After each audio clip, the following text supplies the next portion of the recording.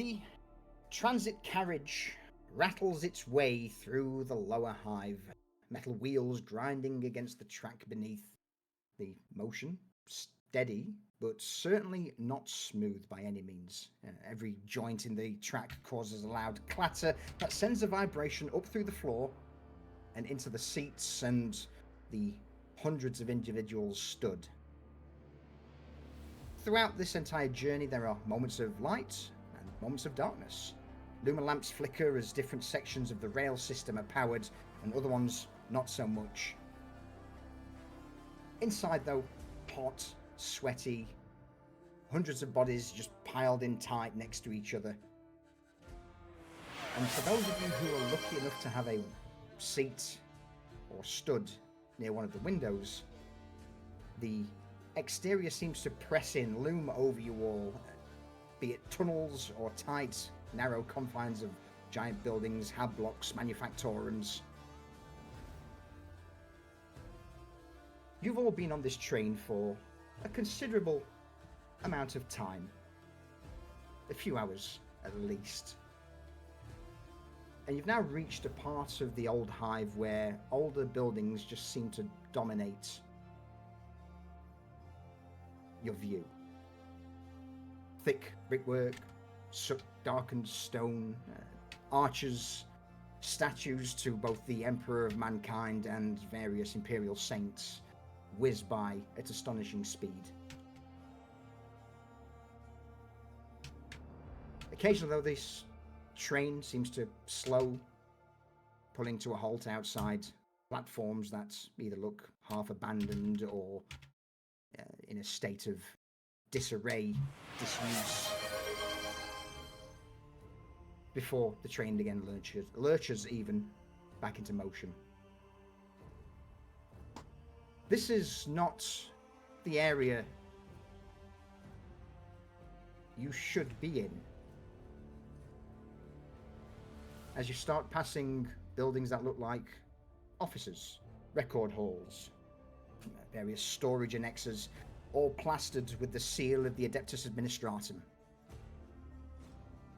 And if this is the domain of the Adeptus Administratum, well, as we all know, paperwork, rules, authority, they reign supreme here. As the carriage grinds onwards, it feels like you're in a layer between the city. Technically, you're in the lower hive, but there are certain signs that the mid-hive is creeping in. Some of the nicer facades of buildings, some of the people down below as you cross over a bridge seem to be wearing the pristine white and grey robes of the Administratum. This is not a manufactorum lair.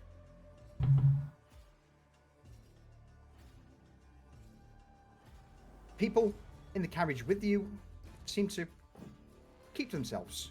Most of them eyes forward, occasionally glancing out the windows. Conversations are kept low or not even had at all. And there isn't much room. People sit where they can, others stand and hold on. Everyone letting the transport do what it always does. Trundle, jank, jeer down the tracks towards their destination. In this mass of bodies, though, we're going to focus on 5 individuals. Who's going up first? What's your name? What do you look like? And what have you been doing to pass the time on this incredibly horrific train journey? I'll go first. Go for it. What's your name? What do you look like? What have you been up to? The name is Kronk. Wearing some padded heavy leathers, padded great cloak, carrying a rather large and sizable rifle on his back, with a mag-locked auto pistol that's been converted into a carbine. Kronk has been somewhat sitting, occasionally standing, mainly just surveying the crowd, making sure that people aren't getting too close or touching him personally, for if they do, they may lose their life.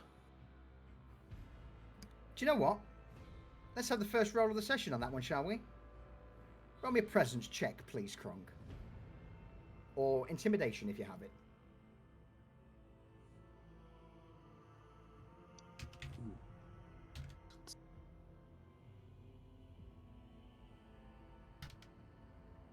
Challenging routine.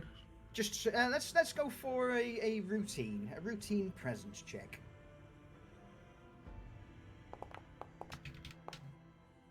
So, luckily, throughout this entire journey, the vast majority of the various adepts and civilians who have crowded around you have seen the death glare that you've been pointing their way, and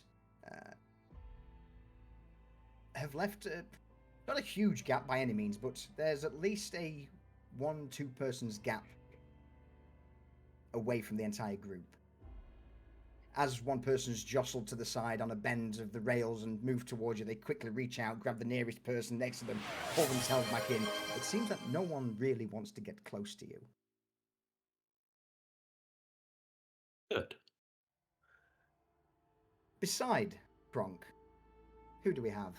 What's your name? What do you look like? What have you been doing for this train journey? I'll go next. All right, go for it. Parthos is his name. If he was in like an outfit for a manufactorum or something, you probably wouldn't be able to pick him out from a crowd at all. Average height, really average looks. He's got like a device over his eye, which every so often kind of makes like a little whir and clicking noise and kind of like zooms in and then zooms back out. He's wearing just an armored trench coat over unknown clothing underneath. He's kind of got a little bit of cloth like wrapped around his neck. It's all buttoned up professionally. And then he's got a belt on where hangs a very large handgun saddled in leather, and then on the other end he's got a sheathed sword, chainsword. Throughout the ride, he's just kind of been standing off to Kronk's side, looking at a little device that he keeps pulling out of his side pocket. Watch it for a bit. It'll make a click noise, and then he'll close it up and put it away. And he's just kind of been doing that the whole ride. If somebody kind of bumps into him, he'll give them a dirty look, shove them off, and then go back to looking at his device every so often. Awesome. Who else do we have on this train? Well, beside Harthos is going to be Sariel. He might be a little off-putting to others. Where his right eye should be is actually a Auspex embedded in there. He is part of the Mechanicum. And he's wearing dark colored leathers specifically dyed for work in like a hive like this. They're nice dark brown, grays, and blacks basically make up his clothing. And on his lap, he's going to be going over, basically making sure his sniper rifle is working well, making sure the charging bolt is lubed. But his eyes are going to be pretty much watching the rest of the train, all the passengers and everything that they could be doing. He's looking for a threat. Okay. Roll me an easy awareness check, please, Sariel.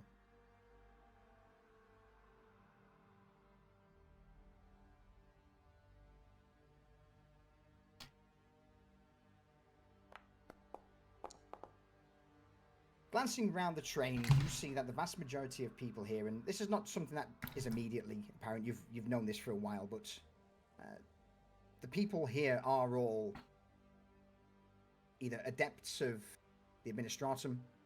There's a sea of grey robes mixed in with a few civilians.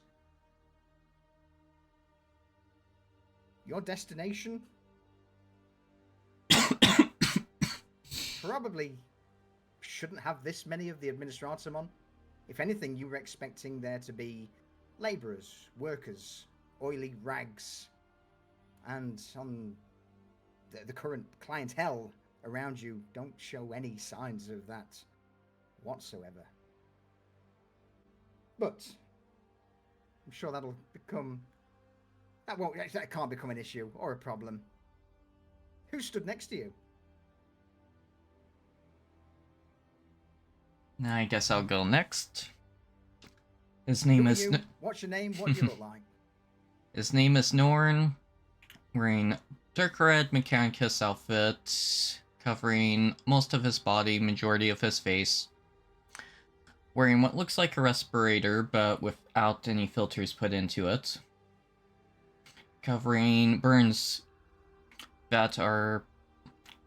hiding burns that are covering majority of his lower face. And is a part of Adeptus Mechanicus as well. And that'll be mostly just saying they're looking up at the crowd and then down at my desk, like trying to figure out where the issue was, or where the hell are we going to. The crowd looking not right for our expected destination. In that case, roll me a very easy logic check, please, Norn. Once I find my logic. Not to worry. Take all Alright. the time you need. Yes, I need to increase this. So it says challenge, or sorry, difficulty, change it to very easy. Logic. Change to very easy. Public roll. Boop. Absolutely. Send it. You've spent a majority of the time looking through your data slate, trying to correlate where your current location is and why your mission parameters are in a place called Manufactorum Theta 17. Glancing through various maps of the hive, you realize that whilst your mission parameters state the Manufactorum, it seems that the directions you were given and the passes and access codes for the train journey perhaps weren't meant for you.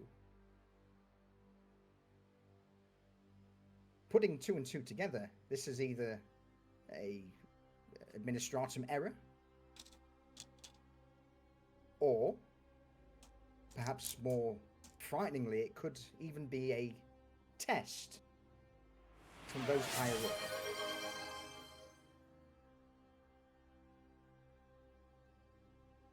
Yeah, Meatbag screwed up somewhere.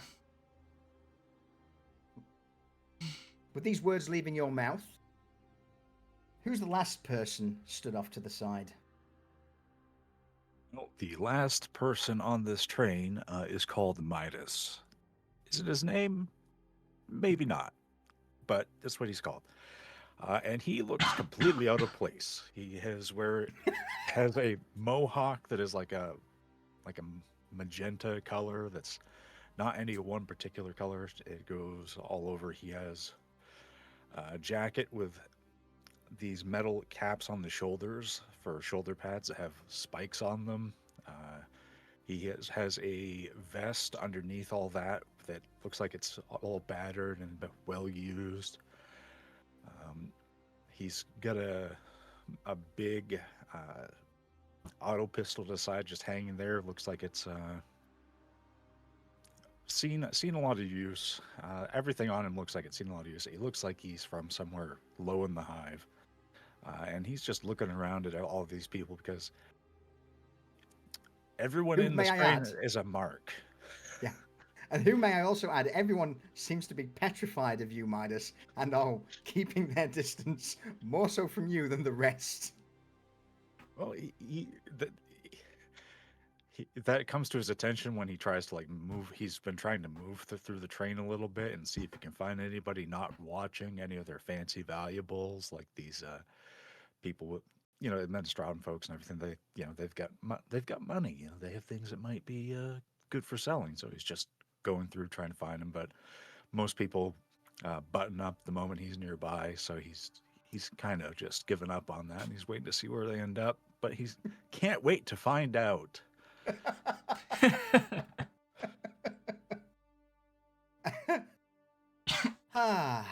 So for those who watched yesterday's session, and as Rayvon has said in chat, the bureaucrats went to the factory and the tech guys have gone to the bureaucrats' office. Eventually, the train starts to slow down. The sound of brakes screech through the carriages as it pulls into a sector serving an administratum office complex. There's a brief moment of static in all of your ears as your vox beads spark to life, and a voice unfamiliar to all of you. There has been a change of plan. Those with data slates, your new mission parameters are being uploaded. Harthos, Norn, Sariel, the data slates in your possession beep, signaling a message has been delivered. And my copy paste didn't work. Quick, copy. Professional DM, yo. Ah! There you go. Incoming priority signal. Authentication. Inquisitorial override. Those of you with data slates, would one of you like to read out the message you've been sent? Sure. Operative assignment. Operation locale, labor office, LXI, Lower Hive Administratum Complex, Hive Rokarth. Your tasking has been amended. You are to proceed to Labor Office LXI and conduct an investigation into labor allocation procedures, personnel records, and the authorized distribution of stimulants routed through this office. Recent disturbances within the Hive have been provisionally linked to administrative actions originating here. These matters have been recorded as routine at the local level. Your presence is to verify that assessment. This assignment supersedes all previous tasking. No corrective action will be taken regarding the altercation of orders. Treat the discrepancy as an operational condition and proceed accordingly. Labor Office LXI is a Adeptus Administratum controlled zone. Your authority within this location is restricted and subject to local compliance. Temporary accommodation has been assigned at Document Archivium LXI, Floor 2, Storage Room 85. Access codes attached. In service to him. Somebody else also gets a message. Whether they say, do anything is on them, but the rest of you, or at least Sariel, Norn, Harthos, the mission has now changed. What do you do? Was that something you read out to the quietly to the rest of the crew, Harthos? No, Harthos would have glanced it over, read it in full, and then he would have leaned over and whispered to those that were right beside him that the mission has changed, and he would essentially give them coordinates, but not like read the whole thing out in a public train.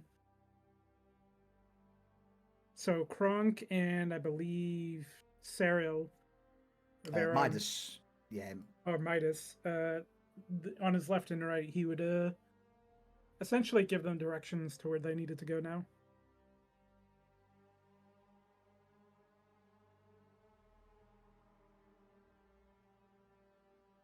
You've got a little bit of time to talk amongst yourselves. Is there anything anyone wishes to do, bring up? Or is it just a case of waiting for your stop? Just waiting for the train to come to a complete stop so we can get off and get on about it, you know? Absolutely. All right, if that's consensus. Yeah, I'm just gonna wait till getting off and stare at it. Another hour or two passes before eventually the train jerks once more as it settles fully. Doors slide open with a loud hydraulic hiss, and it's at this point stale air rolls in from the platform as bodies begin to move. Some getting off the carriage, others stepping on. And it's at this moment where, as you step onto the platform and gaze out, the lower hive just seems to close in on you all immediately. Towers of hab blocks and buildings surround you, and it appears that the buildings here are older than, well, definitely older than the city above them. Thick brick walls, packed tight along narrow streets, arches and heavy supports hold up levels that you probably can't even see, with pipes and cables bolted to literally every single surface. Some seeming to be weight-bearing, others tacked on just no doubt for the sake of it. This part of Rockarth may long ago have been easy to navigate, but these days, definitely not. As you glance up and down the platform, you notice there's no fanfare. Nobody's here waiting for you. Obviously, with the small exception of the catwalk above you has a small group of enforcers. Occasionally, some of them bark orders out at the various adepts and civilians who are getting on and off the train to move quicker. Stop blocking the entrance. Those who have stepped off the train seem to move on without any hesitation. They split off into various side alleys, passages, stairwells, corridors, like they do this day in, day out. And perhaps, no doubt they do. The life of an administratum clerk is no doubt not the most exciting of endeavours. But saying that, nobody seems to be paying any attention to you. Stood on the platform. Where'd you go?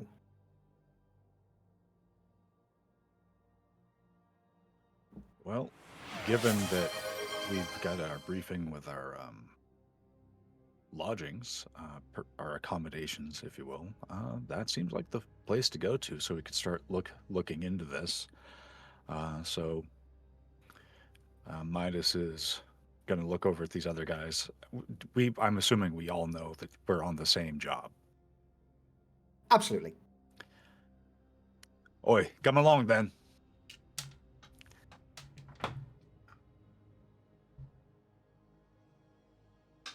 We'll take start it you know following what is- Midas. Yeah, I can go with Nidus. I take it you know where this Archivum LXI is then? How it gonna be? Figure it out.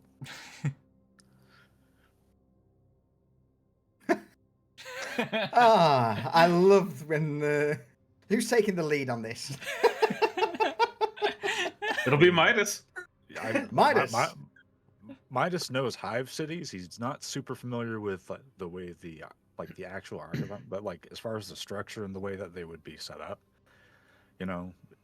he's gonna see some signs, see what floor we're on. He can figure out where, what floor we need to be on. He has all that. He knows hive cities, how they lay out.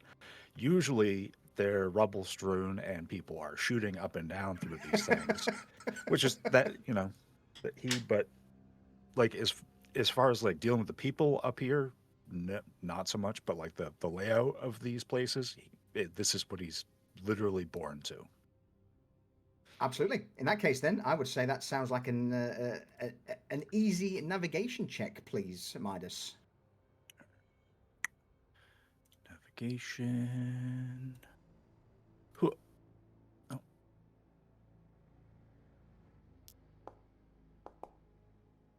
Absolutely crushed it.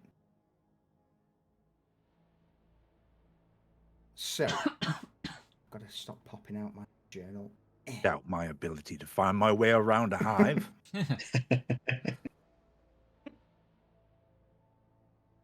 Following Midas, you ascend up a large stairwell that opens out onto what initially appears to be the main street that cuts the Administratum district in half.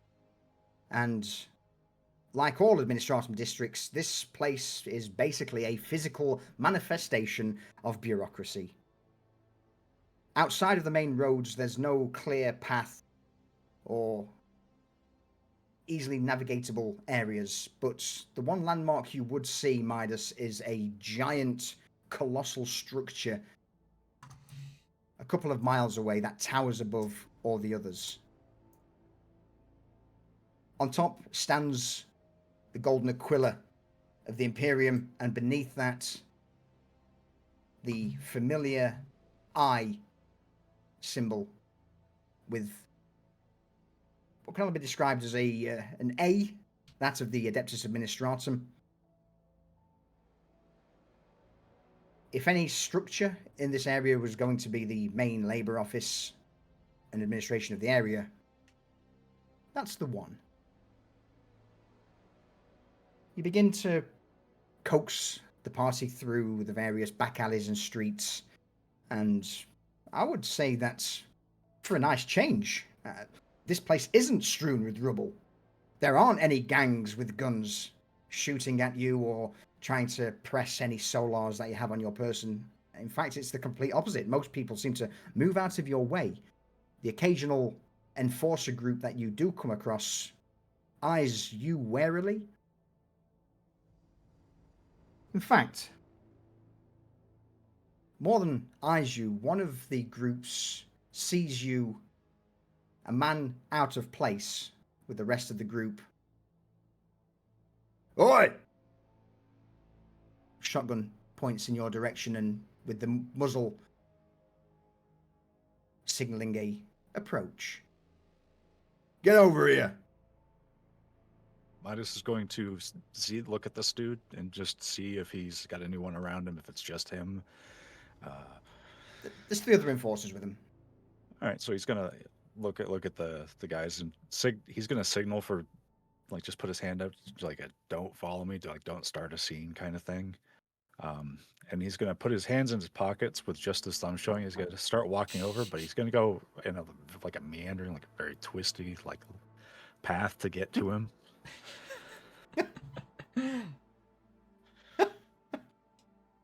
What can I do for you? Ident card. A hand All shoots right. out.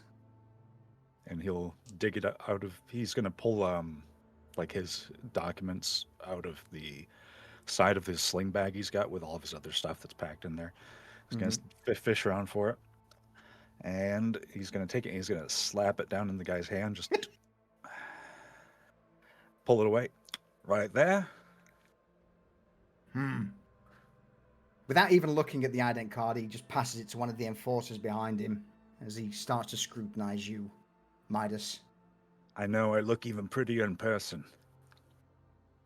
Not exactly the words I was thinking. What's scum like you doing around here, eh? Looking for your next mark? You're far Civilian from the auditor, fucking mate. bowels. Civilian auditor. You hear from behind one of the other enforcers go, "Yep, that's what it says here. Civilian audition or auditor, Adeptus Administratum." No, hang on a minute. Give me that fucking thing. The enforcer snatches the ident card from his subordinate. Don't be looks jealous over it, now. looks up at you, looks back to the ident card. Aye, civilian auditor, eh? You got a license for this, eh? Hey? There is the license. Harthos is gonna kind of like step what up and it just is. kind of like stare at the guy for a moment. The mechanical eye is gonna make a little like rolling noise, and he's gonna lean in and he's gonna be like, "You're keeping us from our appointment." The other 3 enforcers clutch their shotguns closer to their chest as they step in line with the first one. Glance over you, Harthus. I'm going to ask for a presence check from. Let's go from you, Midas. But with Harthos backing you up, let's bump it up to a routine, and I will give you a +1 to SL due to the fact that you have papers proving that you're supposed to be here. Okay. Routine. one SL. I'm just trying to remember to put all the modifiers Yeah, in yeah, the first time, so I'm not Yes. rolling like 4 different times.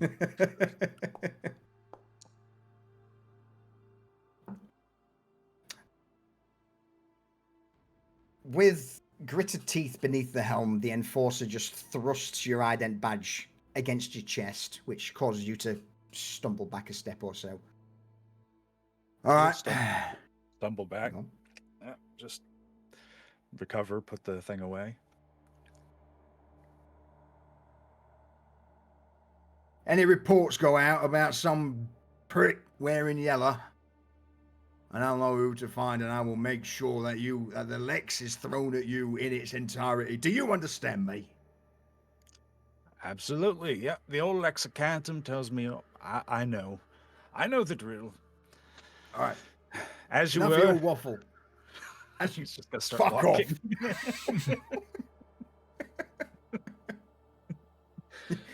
You just see him throw a point out to his left as he shouts "fuck off" at you, and the 3 other remaining enforcers glare at the rest of the party before they continue their patrol through the Administratum block. That, if the stick fell out, they wouldn't be able to stand up straight. So whilst Harthos and Midas have been doing this, what have the rest of you 3 been up to? Anything in particular, or just watching this unfold? Oh, Kronk's just been sitting back. Just found a pillar nearby, a door frame or something, just to lean against and watch the shit show unfold with a shit-eating grin on his face. No one? Serial, Oh, go on, Serial. Yeah. he doesn't like public confrontation. So he's going to kind of slip out his last pistol and kind of walk with the crowd, trying to get a different angle on these guys. Norm, what do you do? I'm going to keep walking with my hand on my auto pistol, acting like I'm not even paying attention to him. Or a different angle as well, just in case it was needed.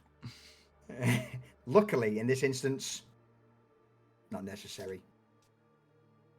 You watch as the 4-man patrol heads towards the main street. The crowd seems to part for the enforcers before they disappear in the swath of bodies. Midas, you're good to continue your foray through the narrow streets towards the document archivum. And he will. And if he sees any more Arbites glaring, he's gonna smile and wave, as someone once said.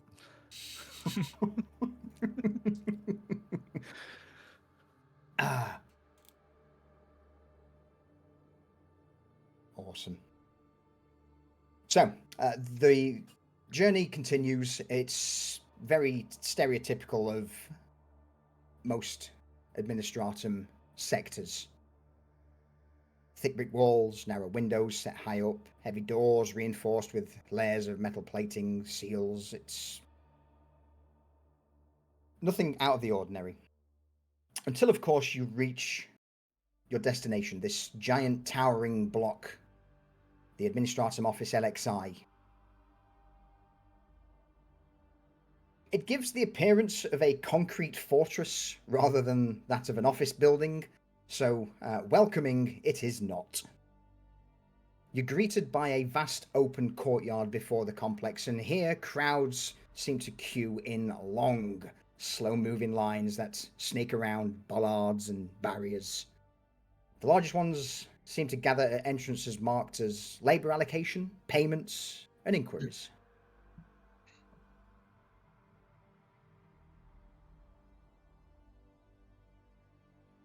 What do you do? Seeing the queue of hundreds of individuals. Let's see. Looking at the signs, do we see this place referred to as the Documentum? Roll me a challenging awareness check, please. In fact, let's go for everyone. Everyone roll me a challenging awareness check. Is this If based you on have- sight? Sight? It is indeed. If you have sight as a specialist skill, you can use sight. Awareness, and you said challenging? Challenging, yep, straight challenging. Ouch. Well, there's my fail. So what we got? We got Kronk with a failure, Sariel with a failure, Midas nailing it +1, Norn -5. You see nothing, nothing, Yep, and Arthas also sees my nothing. attention's too much on the data slate. Okay, Midas, it's going to take you an hour to find a sign that states Archivum access. But let's fill in this hour. What do you all do? Trudging around this courtyard, and it's smaller booths and entrances that are dotted around the front of this enormous complex.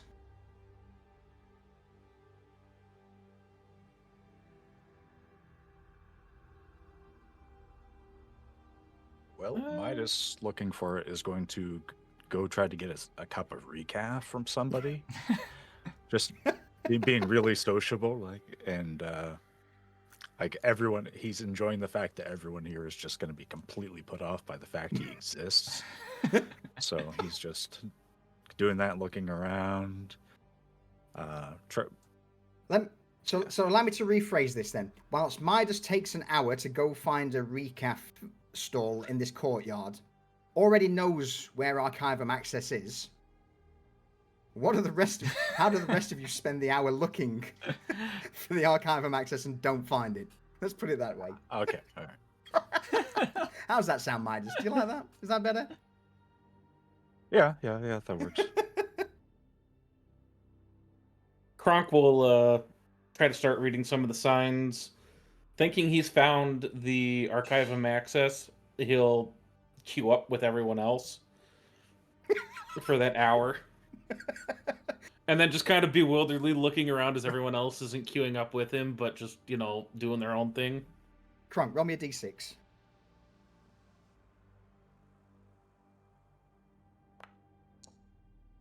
In the space of an hour, you move 4 spaces forward in the queue.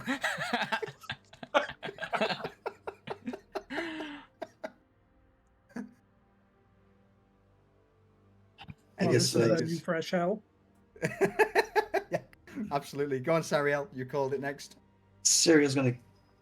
He's already distracted at this point. There's a lot of locations that a threat could be hiding in, and he's scanning pretty much high and low, every dark corner, just completely forgetting about the target, and he's like aimlessly walking through the crowd. Alright. Roll me a navigation check, please, Sariel. Just challenging. Oh no! Let's see if you get lost in the crowd.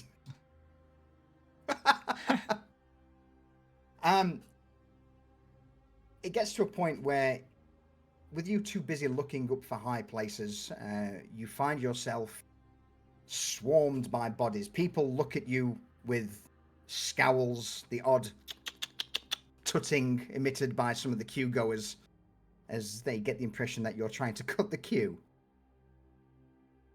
It then takes you another 20 or so minutes to push through back to where you find Midas stood at a small refreshments vendor at the side of the courtyard. Norn, what are you up to? Mostly focused on my data slate, trying to figure out where the fuck to go while avoiding as many of the people as possible. Because of Norn being antisocial. Too many flashbacks. No. You had to say that. In that case, I'm going to ask for a fortitude check, please. Actually, let's Okay. go for discipline. Let's go for a challenging discipline check from you, as with you head down looking at the data slate, you haven't realized that a new booth has been opened, half of the queue has split, and you two are now surrounded. How do you cope, good sir? How do you cope? swearing under my breath a lot, being completely fucking lost, and overwhelmed by all the meat bags. I'm sorry, are you queued here? Is this a line for the labor? Yes. Are you a laborer, good sir? No, I'm not. Oh, that's unfortunate. So why are you in this queue? Go on, bugger off, back to the line. Damn, wrong Go queue. and get out. Damn flesh bags. You're forced out of the queue, and much to a small clapping from the people behind us, they move one space forward. Last but not least, Kronk. What are you up to? Ah, still in that line. Still waiting to see where Midas and everyone else is. Yeah. He thinks he's in the right line.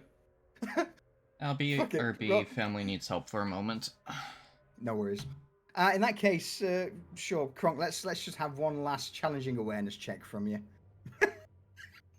to see whether or not you notice. Stood off to the Sight? side. The Please. rest of. Yeah, or sight. Yeah. You don't have a clue. Don't have a clue. At this point, Midas, Norn, Seriel, Arthas, what are you up to? He's gonna look and see if there's anywhere he can like plug in his data slate, maybe get directions. Ooh, I would say that would be a hard awareness or sight check for that one.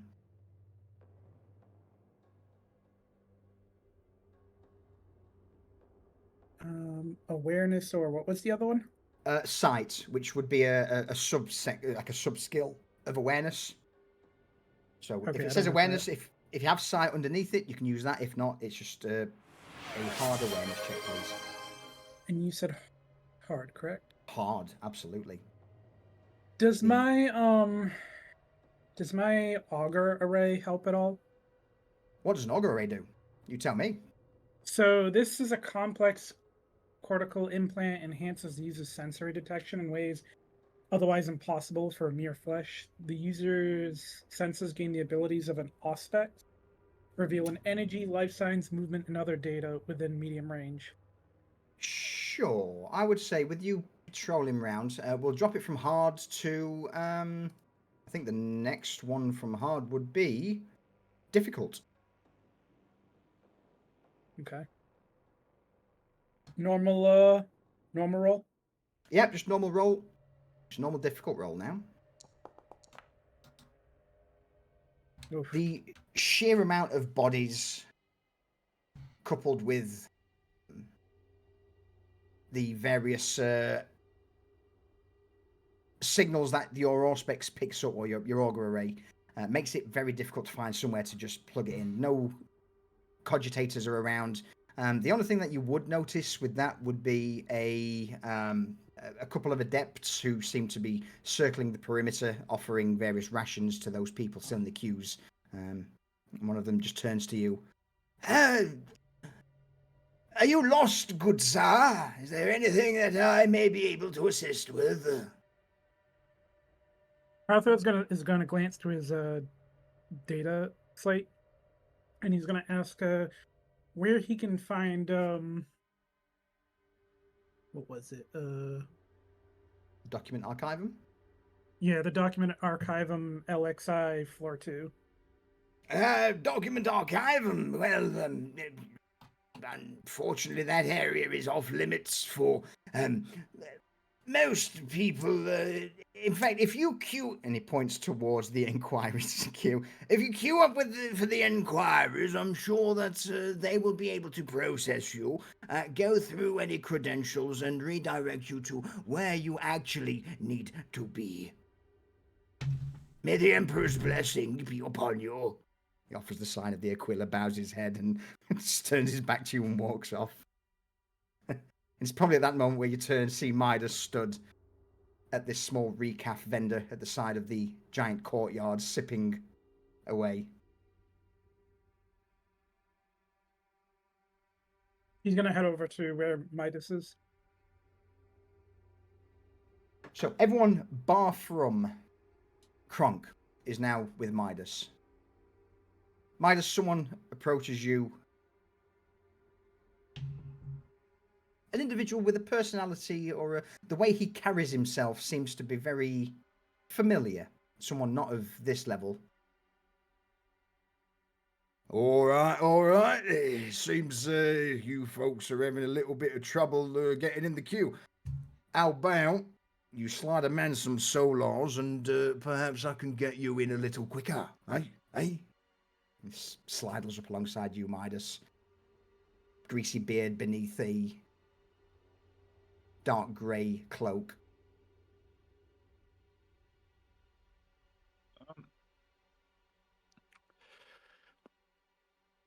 Get us through the line. Yeah, whichever line you want to go, I can certainly see about swapping some places, grabbing a ticket or so that you can secret. It'll only cost you a measly 250 solars, cheap for perhaps days of your time sat here, eh? The queue is like probably like half the day waiting in that kind of Easy. Yeah. Easy. And the thing that he's looking for is he already knows that's off. Absolutely. So he already knows where it's he has off to to the go. side. Correct. And so this guy. Sorry, I was just sipping. It's all good. I mean, if you well- want, you can roll me an easy intuition if you wish to do it. This guy chose the absolute wrong person to try to swindle. And so he's going to be like, "Oh, I don't need that, friend. I already know the trick to this place." Oh, do you now? You know the old trick. Well, I mean, no offense, mate. And he motions a hand up and down your attire. You stick out like a sore thumb, and I can almost guarantee that you'll never, ever, ever get to the booth you want to be at, not without a little bit of know-how. That only I know how. Huh? Only you know how. Doubtful, look at you. I stick out and you just slide under.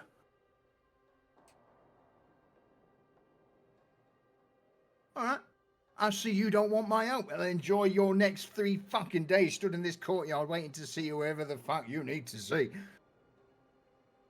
With a heavy sigh, flips you the bird from beneath the cloak and storms off to try and find another mark. Gonna step on his cloak.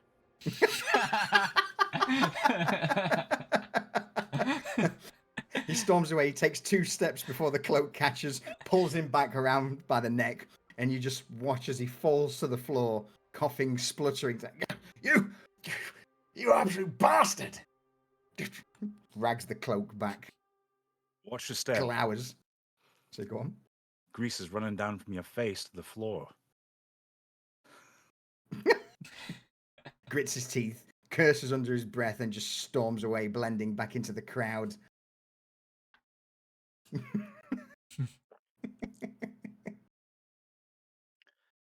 Then using the Vox speed, because if it's been long enough, the people are starting to get. He's gonna hit the Vox speed. Everyone bar Kronk is with you now. All right. Well, he's gonna use it anyways because he doesn't see Kronk right there. All right, we've got the way forward, and he's gonna just look around. Meet me by the recap vendors.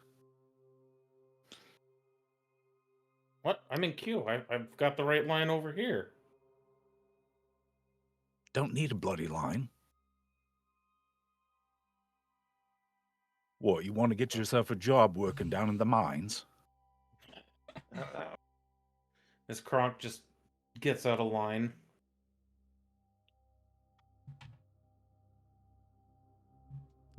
Makes his way over to the reef calf vendors. All right then. And he's gonna take his cup and he's gonna start walking towards the thing that's not any of the lines. It's the Mhm. he's just gonna approach the door, marking Absolutely. where he's Yeah, as I guessing say, that they need to go. yeah, there. You loop around the side. It's roughly a 20-30 minute walk as you scope round the outer perimeter of this giant administratum complex, and eventually you would see a small brass sign that says Archivum Access. Holding your either ident card or punching in the access codes that were given to you by your inquisitorial handlers, the doors open, revealing a long, dim corridor that seems to be lit with a couple of lumen strips.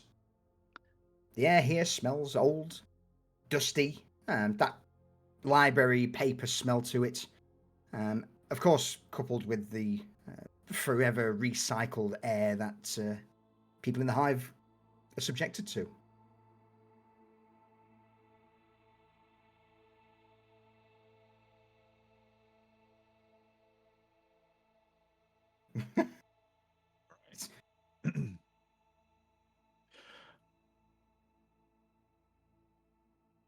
The is there anything like a data pad for entry or anything like that, or just No, as you glance around, there's nothing apart from just a long corridor. The first door you would spot, with this being floor 1, is Unit 1.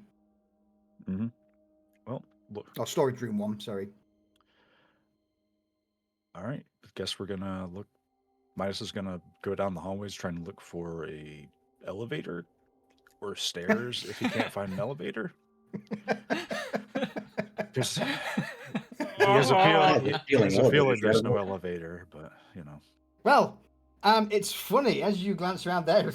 There's no elevator. It's just stairwells upon stairwells. Luckily for you guys, you're only on floor 2, storage room 85. So it doesn't take you too long to make your way down the central corridor, find a flight of stairs. Now, these floors are pretty big, but I'm not going to subject you to the 79 floors that yesterday's group endured. So no fortitude tests today. Yeah, with this though, as you make your way down the corridor, you pass rows of offices, archive rooms, record halls, etc. Some doors are open. As you glance in, you'd see several clerks bent over data slates or stacks of documents. Others sealed. Some have warning placards that have been placed over the doors, giving you the impression that they've perhaps not been opened in decades. You would bump into the odds administratum staff on your journey down floor 1 and up the stairs, and they would no doubt give you concerning glances, some of them whispering amongst themselves. No doubt overhear a, I didn't know we let any old riffraff in the archives these days. But eventually, as you ascend onto floor 2, make your way towards storage unit 85, you find your safe house. Or more likely, safe room. And it is exactly that. It is a storage room. It has been cleaned out, completely cleared of all documents apart from a few blank scrolls and tomes that have been stacked on a desk. No bedding. Only one chair. It's not exactly the 5-star accommodation that some of you may have expected. Anybody have any survival? Have a survival kit with them? Because if so, congrats, you've got a sleeping bag. Nope. If you haven't, Luckily, Serial does. Yes, yeah, I have a survival kit. Excellent.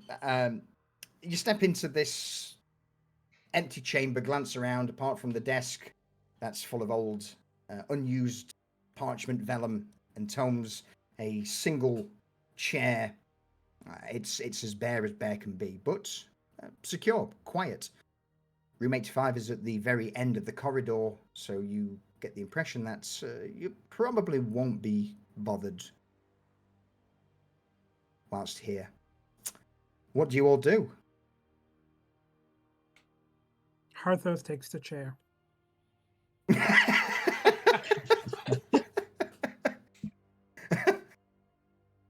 He doesn't Arthur strides scramble in, for yeah. it, but he definitely strides in and sits, pulls the chair out and just plunks down in it. Oi, I was looking at that chair. Get out of it. Harthos is gonna look Kronk up and down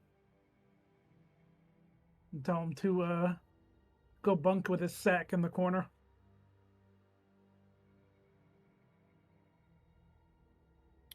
Oh. Alright, alright. Kronk's gonna just back up and with his auto pistol still latched to the maglock holster, he's just gonna pivot it and take a shot with it and blow one of the legs off of the chair. Boom. Who's in the room at the minute? Who's just walking? In fact, I would imagine everyone's in the room at the minute. Can everyone make me a routine discipline check, please? Apart from Kronk, who obviously took the shot. If you have composure, you can use composure.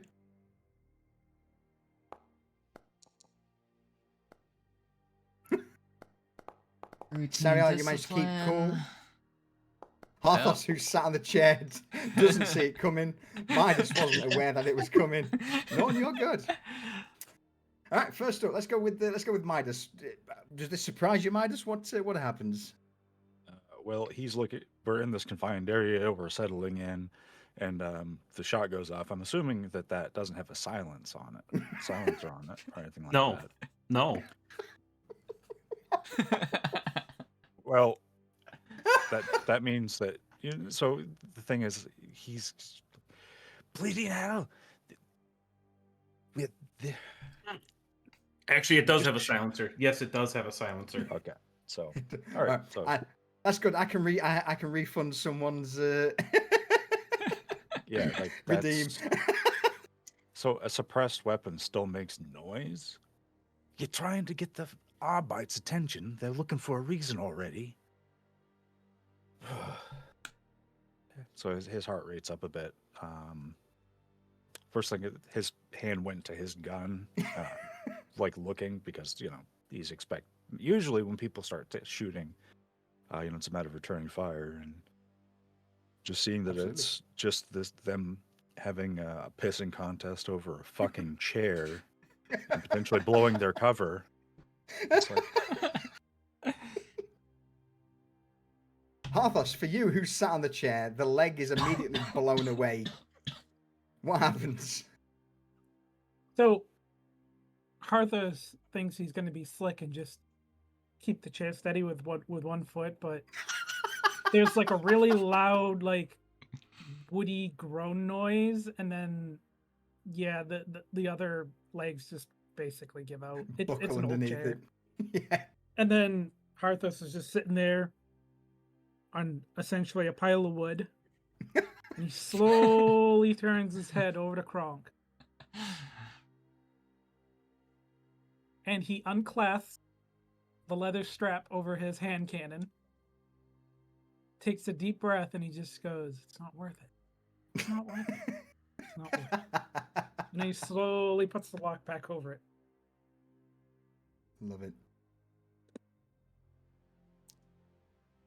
With this, Midas is Go, going to go Midas. back out into the hallway, and he's going to just Mhm. try to see if anybody could have heard that, or if it seems like it was just thought there's nobody else around to hear it. Maybe.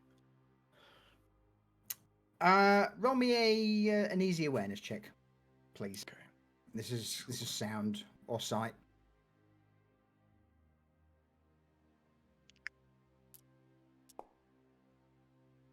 You glance down the corridor. You don't see no heads pop out of doors.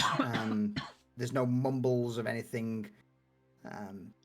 Can't guarantee, but just at a glance, this floor, or at least this corridor you're in, seems pretty empty. And with you being situated at the far end of one of these wings, by the time the sound echoes down the corridor, it may sound more like a stack of books being dropped, or part of the one of the doors slamming. Especially with it being a silenced weapon. So, yeah, you're not entirely certain, but it's probable that you're good. Okay.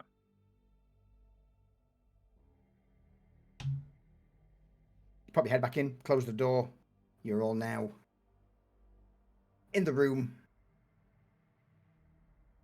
Mission. Parameters have obviously changed. Information isn't exactly forthcoming. Never is. Especially with these affairs.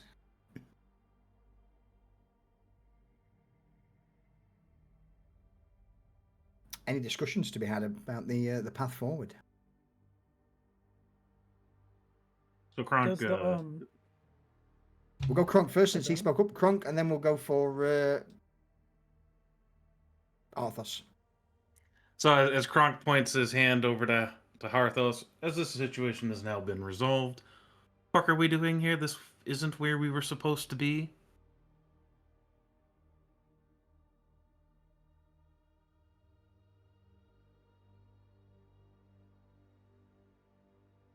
Arthas is going to take out his data pad. Mhm. He's gonna see if there's any further instructions. There isn't. Literally, you are to proceed to Labour Office LXI and conduct an investigation into labour allocation procedures, personnel records, and authorised distribution of stimulants routed through the office. So he's gonna, now that they're in private, he's gonna go through the letter of the mission, like verbally. He's gonna read it out to everyone. While Harthos is reading that out, Sariel is going to kind of go around the room and see if anyone may have implanted like a recording device. Because if this problem has come to the Inquisition's attention, some people could be watching us very closely. Okay. I'm going to say that's an easy test of your choice. How do you go about it? Is this an awareness thing? Is this a logical thing where you go round where people, where you expect devices to be planted? An easy test of your choice. He's actually going to use his Auspex. Okay. In that case, I'll bump it to Basically, very trying easy. to detect any electrical signatures or things along that matter. Yeah. In that case, do you want to go a very easy tech test? I was thinking, yeah, I can do that.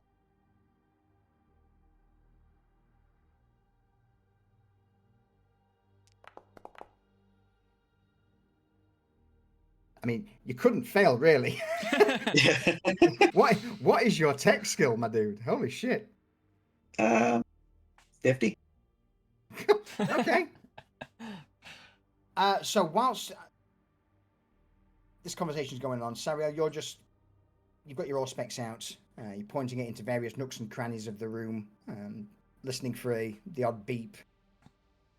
What are the rest of you doing? I'll give you your results once everyone else is gone, if there's anything else to bring up. Or are people waiting for the results? So go on, Norn. Is there a cogitator in this room? There would be an old, dusty cogitator in the corner of the room. Is it a working one? Obviously- Oh, That's a which should have been a better question for me. so what I will do then, Sariel, you glance around. There is, checking every single corner, not a single planted bug that you can find at all. This is a designated safe room for inquisitorial adepts, and without the access codes getting in, that there would have been signs of breaking in. So you finished the scan with the knowledge that this place is safe. As for you, Norn, you shuffle over to the corner of the room, look over the cogitator, layer of dust sprinkled over all of the controls and screen. I would say if he's going to try and boot it up, it would also be a tech check. Okay. Something this old, I'm going to say it would be a routine. Just go for a routine. A Oh. routine tech check. Routine.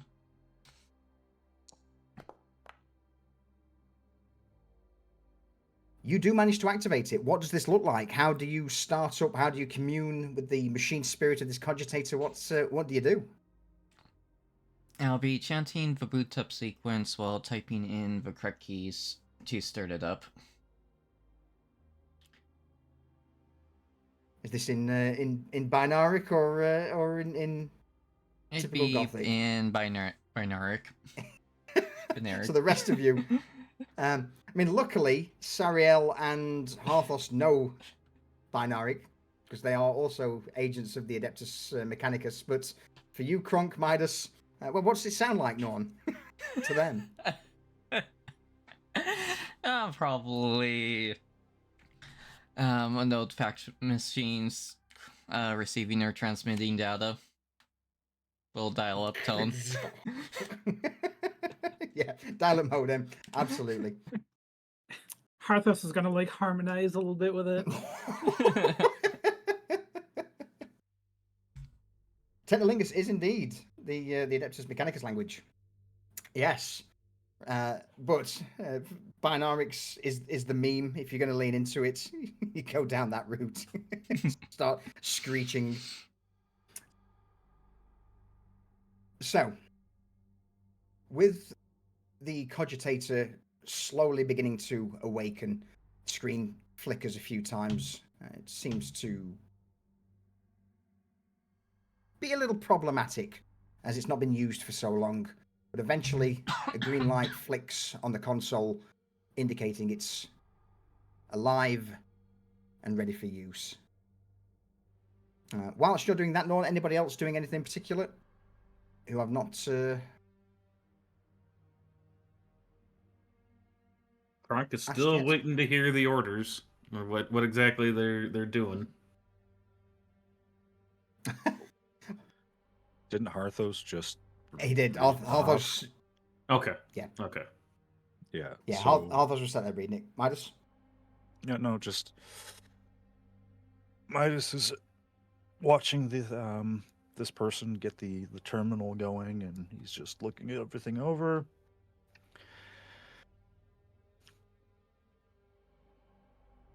Had worse. All right. Well, once you're ready to go, we should probably go and see about this office.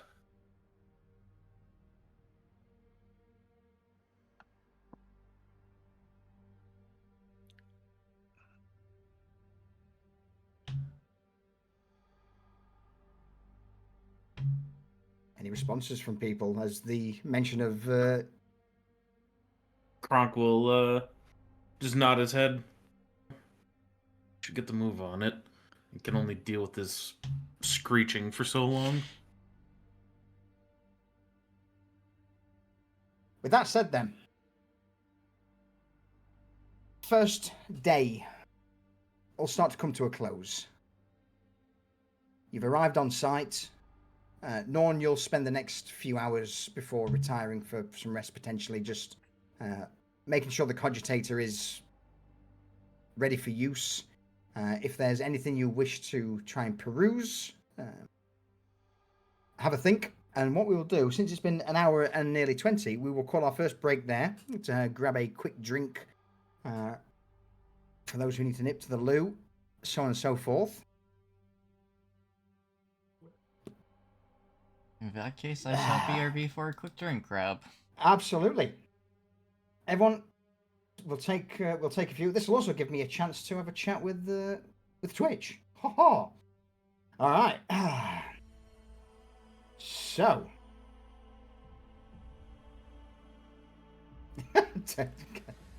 God damn it. All right. What have we got? What have we got? Where's Sheep? Ninja Bob 1991. Thank you both for the follow. I appreciate it. And Culture, welcome back on your third stream streak. Get rid of the cook chair. I mean,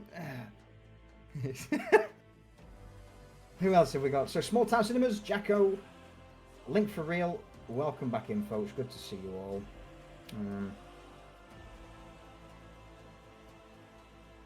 Obviously, Durs, Rain, Barksy. Hello. Welcome in. Text this number for hot toasters near you.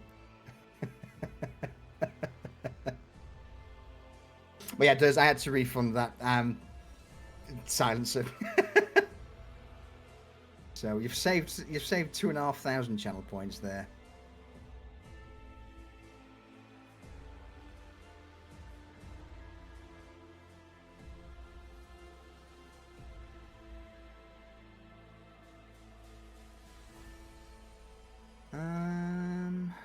I has returned.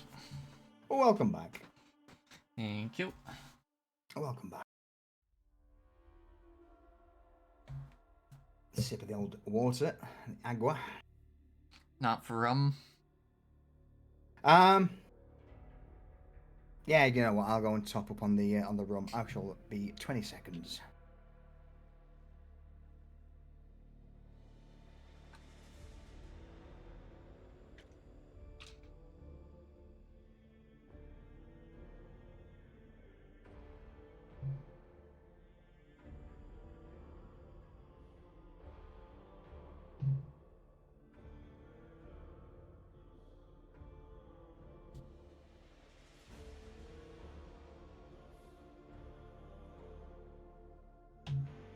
All right. At least it wasn't the 40k homeowners association coming by. I mean, that's not a bad idea for later down the line, Rayvon. May have to throw- Homeownership in 40k though is a scary Yeah. thing. Like, That sounds like heresy in 40k. Everything belongs to the Emperor. Homeowners administratum. Homeowners arbitrates.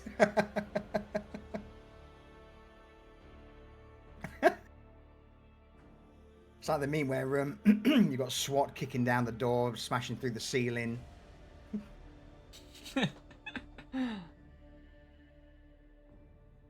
Oh, I You got guess. a license for that. Thinking of it, I'm going to lose my streak on your channel. Oh well. Oh, you have to gut it. Yeah. I know I can't have 2 internet taps up while running Foundry. Yes, Yeah. Foundry is a hungry, a thirsty bitch, one could say. Yeah. Like, it's not too bad, but I sometimes have to fight with Discord audio. Mm-hmm. So it's just, I don't feel like dealing with that today. Culture, you're not wrong. Just have like a Vigilite or an M4 just kick your door down. Oi, you got a license for your license block fodder. All right. Ah, dear me. Are we all back? Are we all good? Aye. Excellent. In that case, then. Yep. Flick things back over. Norn. Before retiring for the evening on the cold, hard floor, do you have a survival pack? No, I do not. Oh, that's unfortunate. Who else doesn't have a survival pack? Harthos doesn't. Oh, Arthur, that's unfortunate. Midas? What he does do you- have, though, is a Go on. disassembled chair. You have a block of wood as your pillow. Let me see. Let me check Midas quick. I think he's still away. Oh, Midas has got a survival kit. Okay. So, those who do not have a survival kit, if you could roll me a fortitude check, please. A challenging fortitude check. Fortitude, where are you hiding? Where you are?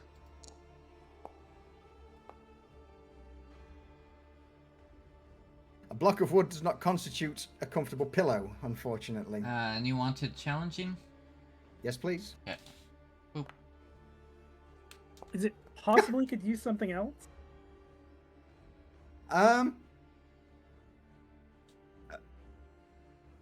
What are you thinking?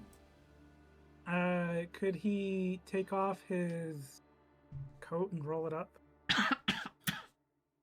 Yeah, sure. You know what? I'll let you re-roll that instead of it being a challenging. We'll go to routine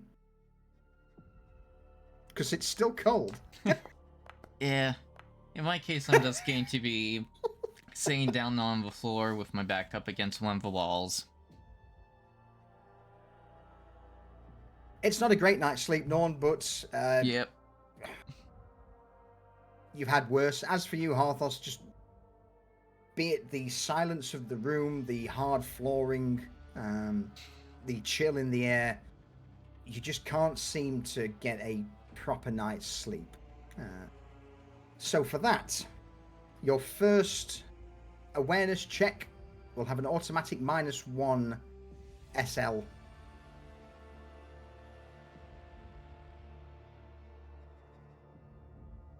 The whole night If it he's comes gonna up. curse Kronk. He's gonna be sitting there kind of like shaking a little bit, staring at the ceiling, one hand kind of touching his hand cannon, talking himself out of it. It'd be so easy. Oh, you It'd would be so easy. see. Kronk is No in the problem. room. He's you would see an open, what looks like an open sleeping area with a pad there, but in actuality, it's Kronk is in that sleeping on it. He's just got his chameleon cloak pulled over him while he's sleeping.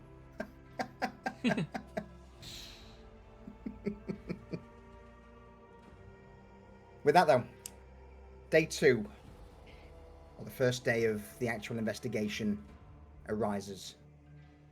Norn, is there anything in particular you were wanting to do with the cogitator? I was just going to skim through it just to see what access we had to with it. What was your tech check earlier?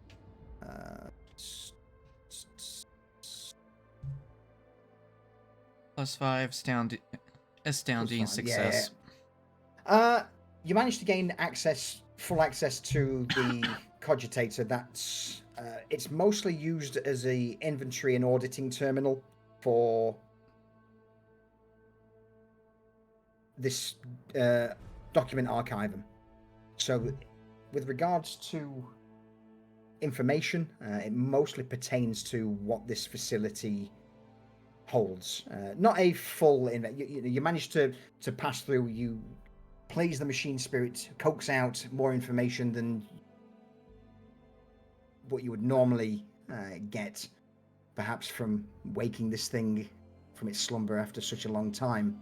And in gratitude, yeah. But you don't seem to get a great deal of information from beyond the archivum document area. Okay.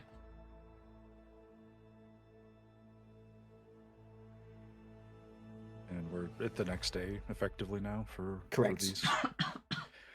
Boy, that thing tell you where the what's the name? The office we're going to is Labor Office 61 or LXI, if in case that helps for some of you looking over at ours. Yes, it would. Yeah, it did. I'll leave the lay there. He's gonna shoot Midas a dirty look.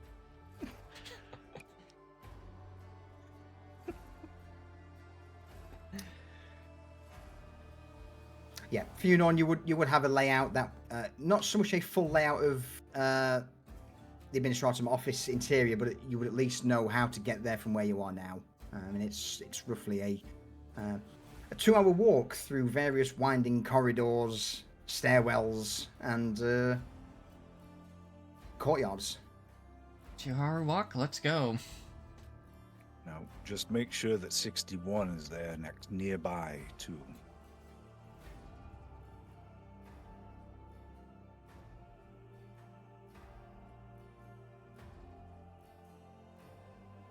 Can you check? It's about a 2-hour walk away from us. that 65 is 61 right there too. 61 is with that check. It's it's adjacent. All of the 60 blocks are in a close proximity to each other. Yep. As you Yeah. check over the data, Norn, you'd see that these blocks, almost like interior modular areas that have been built over time.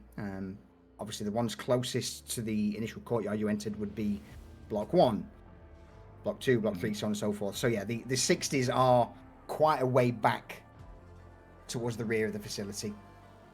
All right. Well, concern was we didn't know if something had happened and they reassigned it somewhere else or something. All right. Yeah, according to this, it's in the same spot. Excellent. Well, don't know about any of you, but I don't want to be spending as much time here as any more time here than I have to. These bleeders do not like me, and I don't like them too much. So he's going to gesture, like, out the door. Well said. I'll be And walking Kronk will if you want follow. to join me. Yeah. There we go. Cyril will follow after Midas. All right. So with Norn leading the way, you begin to make your way down the corridor, down the stairwell, back to the first level of the document archivum, for eventually reaching an elevator, or a mag lift for that matter. Boarding the lift, Norn, you input the level, and it slowly begins to rise. After a 20 or so minute maglift journey, the doors open to reveal me kicking this cat out of my room. 2 seconds. Love the kitty. The cat's just like, no. Yeah. The doors open to reveal a vast open archivum. Here, columns rise up to a high ceiling, stacks of shelves line every single wall, various braziers burn, providing illumination, and administratum clerks move back and forth. But again, as most things, as soon as you step out of the lift, you are met with 4 enforcers who turn their attention towards you. One of them glances, immediately locking onto Midas, because he's the most out of character individual, and then eyes also lock on you, Norn, the red robes of the Mechanicus.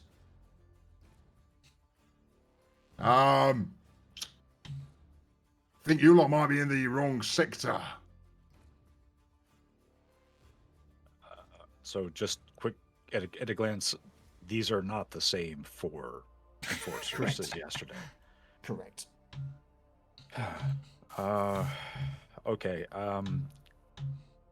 Do Arbites have like a number on them, like a badge number, anything identifiable? Absolutely. Yes. All right. So Yeah. you didn't think of it at the time, but can we recall the badge number of one of the enforcers from yesterday? Can we Sure. try that? I'm gonna let's what would you say that is? Probably intellect of some kind. Yeah. Yeah. So what? Logic or law? I mean, I'm equally bad at either, so it's Take your pick. let's try lore. All right. Let's we'll go for a routine law check from you. We've got some numbers in chat for you to use. You can remember the last 6 digits. Last 5 digits, 69420. There you go, culture. All right. So Midas is going to give it a moment to see if anybody else responds. The guy is going to look over at everyone. I'll ask you again. What are you lot doing here?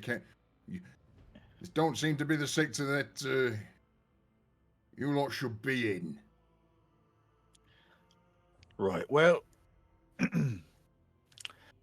actually, we're here with civilian auditors, and he's going to pull out his ident card, show it, and hold it up. Again, skeptically takes it, looks over it, hands it to another enforcer who makes his way towards a cogitator at the side of the elevator who begins to tap on the controls. Civilian auditors, eh? Right. Pretty well armed for fucking civilian auditors. And he'll look towards you first, Sariel. Any particular reason you're bringing in long guns into an administratum facility? You can say there was a mix-up with the transportation detail. Right. And your friend there? He nods towards you, Kronk. What he said. We ended up in the wrong place, but we're here to do our job. Civilian orders from the... He looks over his shoulder at the enforcer by the cogitator who just calls out, Mechanicus, it would seem, sir. Not sure what the old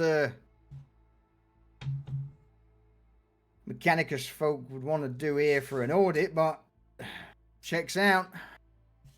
They've got clearance. Right, is that so? Yes, so. There's the Mechanicus folk, and he's going to point to the three other than Kronk, and I'm their liaison. Liaison, eh? Looks like you were dragged up from the fucking bowels, mate. But, well, The enforcer grunts as the other hands the ident and documents back. With a hand outstretched, he offers it back towards you, Midas. all right, Take it. Yeah. carry on. But I don't want to be hearing of you terrorizing some of the adepts here, rifling through paperwork that is out of the purview of your civilian review. Got it? You'll hear nothing of the sort. You hear another enforcer behind him just say, don't like this at all, this ain't right. Well, don't matter if it's right. Orders are orders, papers are papers. It's cleared. Let them through. And with a nod of his head, the other enforcers step aside, allowing you access into the Labour office. Right. Okay, so this is like the entirety of like where all the labor offices are adjoining this area? Correct. Yeah. So think of it as you're now in like a central chamber that then branches off to the various different Labour offices. But yeah, you're in a almost like a common area that all of the other Labour offices are connected to. Okay. Is it possible from this area to find transportation records? Possible, absolutely. Where to start? That's the. This is now the investigation part. Are there any clerks that don't look too busy? You glance That's in around. quotation marks. The answer is no. Every single clerk seems to be either they are busy or they're making themselves look busy. None of them seem to give you a shred of attention. All right, Harthos is just gonna try and figure out like the lay of the area, like if it's numbered or if it has a certain like pattern to where the records would be kept. I would say roll me a very hard navigation check. This place is vast. It seems to, as you begin to walk through the halls, Surface or just basic navigation? I would say just a basic navigation on this one. Unless you got Very hard? navigation library. Very hard, yeah. Yeah. Yeah, it's this is a maze of corridors, shelves upon shelves of tomes and scrolls. Finding anything is nigh on impossible. You guys are certainly not in your element by any means. So yeah, I would say Harthus just spend easily an hour looking through, popping down corridors, checking signs, and unless you are a native of the Administratum, this place is a fucking maze. What would make logical sense doesn't, at least to you.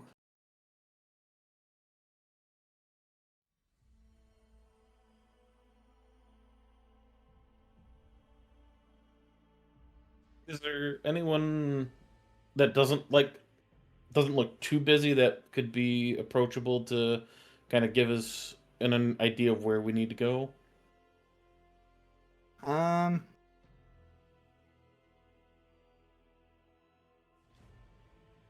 Roll me an awareness. I would say, yeah, just challenge an awareness check.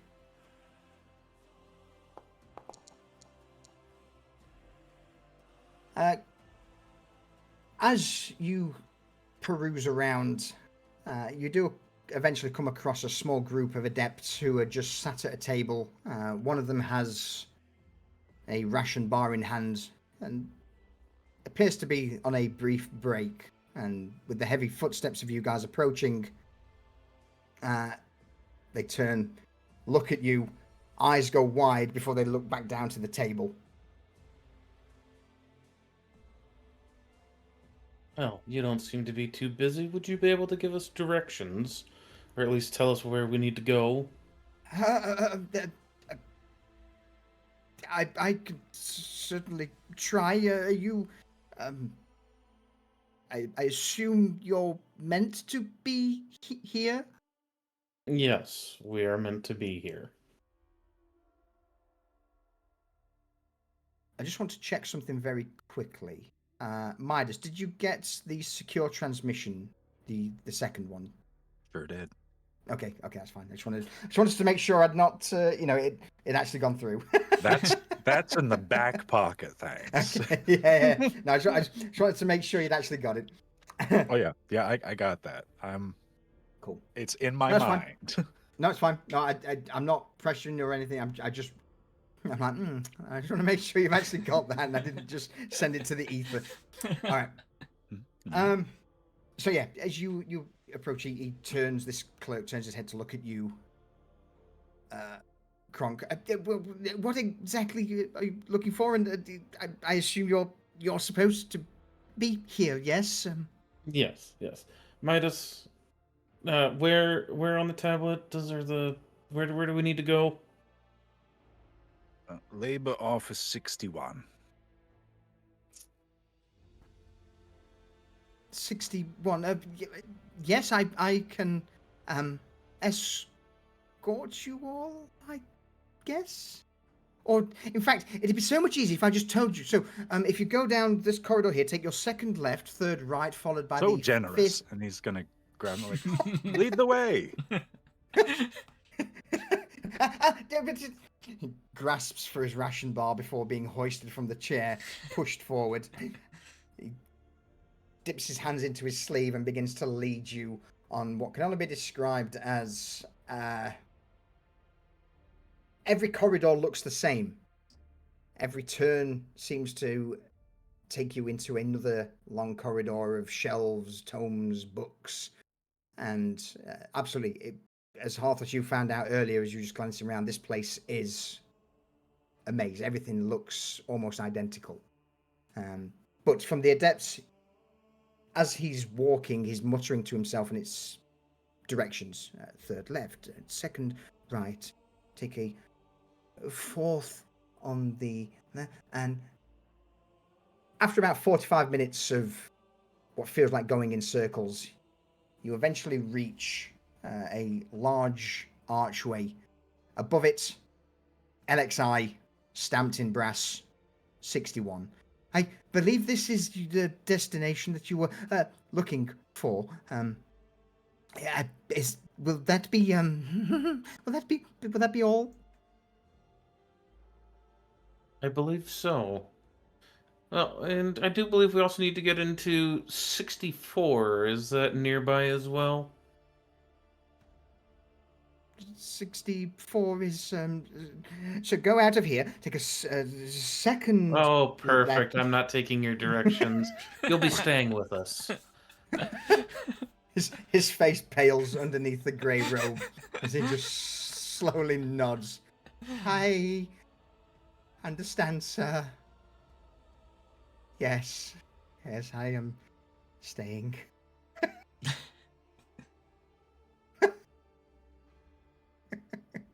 Perfect. Since we have that oh so generous floor, Harthos is gonna kind of like lean over and kind of like make a motion around the room. He's gonna be like, "Where's all the logistics records in here?" I'm unsure of this area, but if we follow me, we'll go and speak to the Archivum representative. Yes. And does it work here? Works in some other office somewhere. Gonna have to deal with the ones here. He leads you through towards several sets of windows. At the moment, all of them shuttered down, but as he steps up, the adept places his hand on a small console, taps in an access code, and all of a sudden, one of the shutters begins to rise. Behind it is a clerk sat on a chair, spinning round in circles with a cup of steaming recaf, in the process of taking a sip. And eventually, as the shutter clatters to the top, he freezes mid-spin, turns his gaze to you, and... Oh, good morning.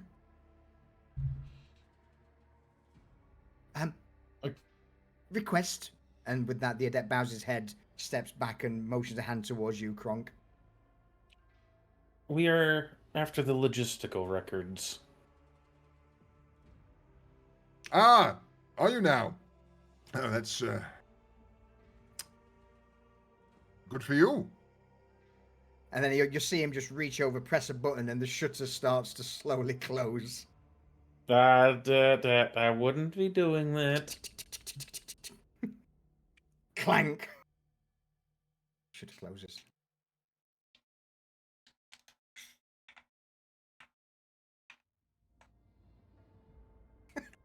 Kronk is just going to slowly turn on heel towards the person that led them there. One moment. One moment. He taps in the access code again, and the shutter starts to rise. I'm sorry, but the booth is currently closed to all requests. It needs to be passed through the proper channels using the proper... And you just see this old man's head. As the shutter's rising, he sort of crouches down, looks at you, and then starts to straighten out as the shutter rises. The necessary forms need to be filled in, procedures... This is a Yes. civilian audit. Nonsense. I heard nothing about no audit. Oh, it's definitely an audit. Not my fault that things may not have made it your way, but we're here. We're going to complete the audit, and you're going to give us the information we requested. Under Defeats whose the purpose. authority? Defeats the purpose if you're apprised of the surprise investigation now, isn't it? Surprise audit. He extends a hand. Proof. Parthos is going to take out his ID badge, Mhm. And he's going to hand it over. He's going to be like, "This should have all the necessary information. We have the requisite authority to be here and to conduct our audit." Very well. I will need a moment to verify all these details. He waves a dismissive hand to a set of metal chairs opposite the booth. All right. You may be seated whilst I verify its authenticity.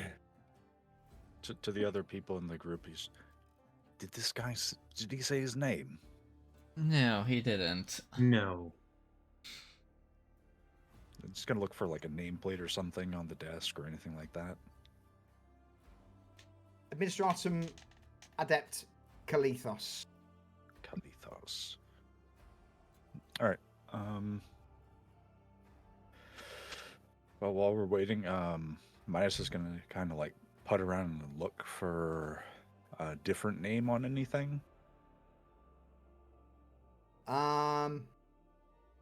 Anything in particular, or are you just wanting to know names? Because the vast majority would. He's looking All for of the the- name Malren anywhere on anything. Okay. Roll me a perception check. Sorry, not perception. Fucking D&D. An Awareness. awareness check. Yeah, an easy awareness check, please. Do, do, do, do, do, do, do. You begin to glance around. You pace. In fact, before I give you that, I need a volunteer. What do you need? Fuck it. Cool. In fact, you know what? You both said it, so I need both of you to roll me a d4, please. This is the hours that you'll be waited while he verifies. Oh my god. How do I roll just a D4? So see at the very bottom of the window, there's a triangular button. You can click that once and then I click see. roll. All right, Kronk, 1 hour. Okay, that's good. That's good. Oh, you bastards. Oh, that worked out good for us. Here I was hoping for an 8-hour wait.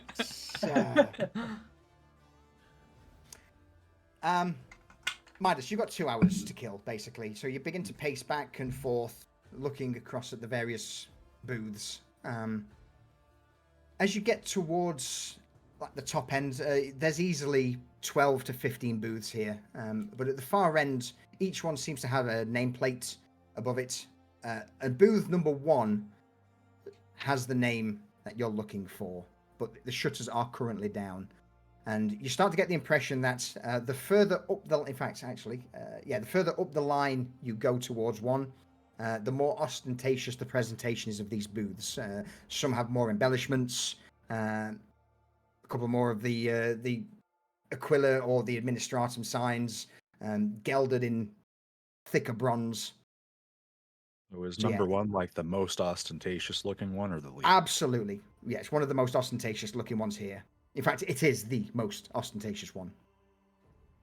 Did he see the code that this guy punched in to open the shutters from our side? Sure, why not? Then You're a he's gonna- perceptive individual. He's gonna. Well, he's also looking for these things to try to like, be like, Mhm. oh, this person. So he's gonna punch in the code and just see if there's anybody there. All right. Punch in the access code. Rather than it opening immediately like you saw before, there is a button, or sorry, a light that changes from red to green, giving you the impression that this is more of a request rather than an override at this level. A brief moment passes, and eventually you just hear this voice, quite a young, high-pitched voice. Yes, this is Senior Clerk, Joseph Malvern, may I inquire as to the need to... Senior clerk, and you sound younger than the other fella. That must bite their ass. Who is this? And how dare you talk to me in such manner? Oh, I'm a friend of old Ben. Looking into some misallocations. From what I hear, you're the expert on such things. There is a brief moment of silence, just the static from the intercom for a moment before you begin to hear a slight hiss as the shutter starts to rise.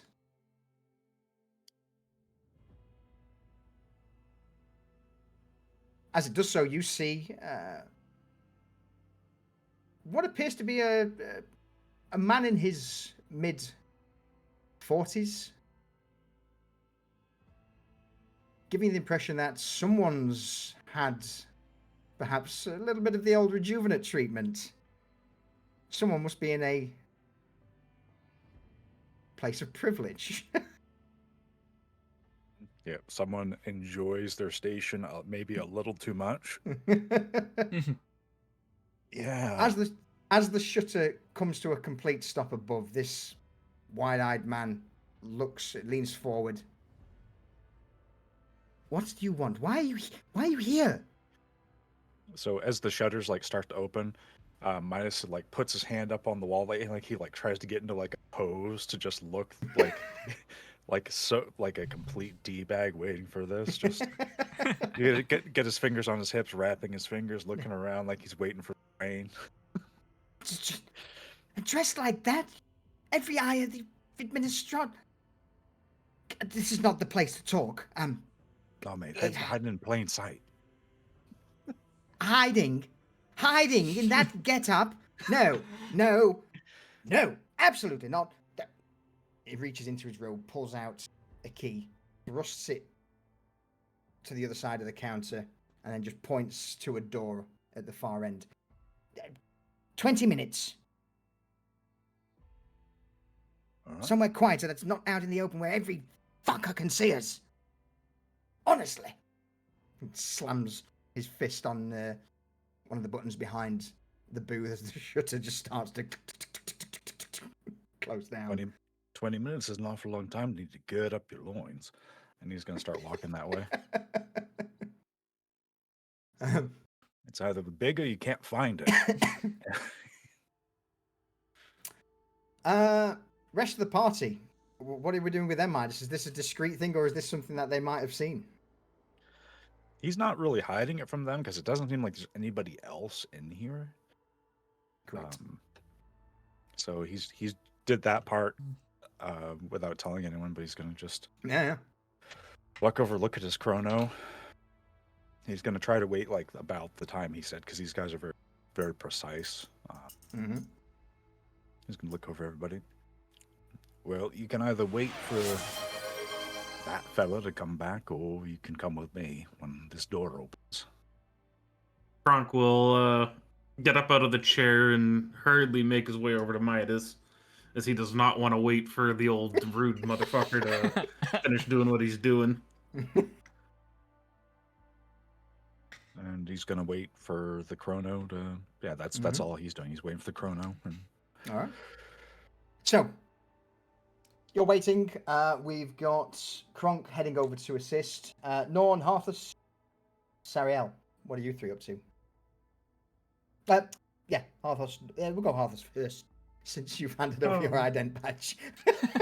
Yeah, he's gonna wait and he's gonna look not too happy. He's gonna check his chrono. Is there anything loose, like anything hanging or nothing that's like an imperial insignia or anything, but like something that would clearly that the old man's gonna be kind of peeved. Yeah, absolutely. That'd be. Well, you tell me. What do you find? I'm gonna do an awareness roll, just because I've had no good luck, and I want one good roll. Oh, well, luckily, your first awareness check is at -1 SL because of your your rough night's sleep. What difficulty? Let's just go with the challenging. Let's see if there's not much here. It's mostly concrete, metal, and that's you look around. So, can you explain Well- how the rolling works to me? Because I'm not really understanding. I think how Sure. the rolls work. So basically, the way rolls work in Imperium Maledictum.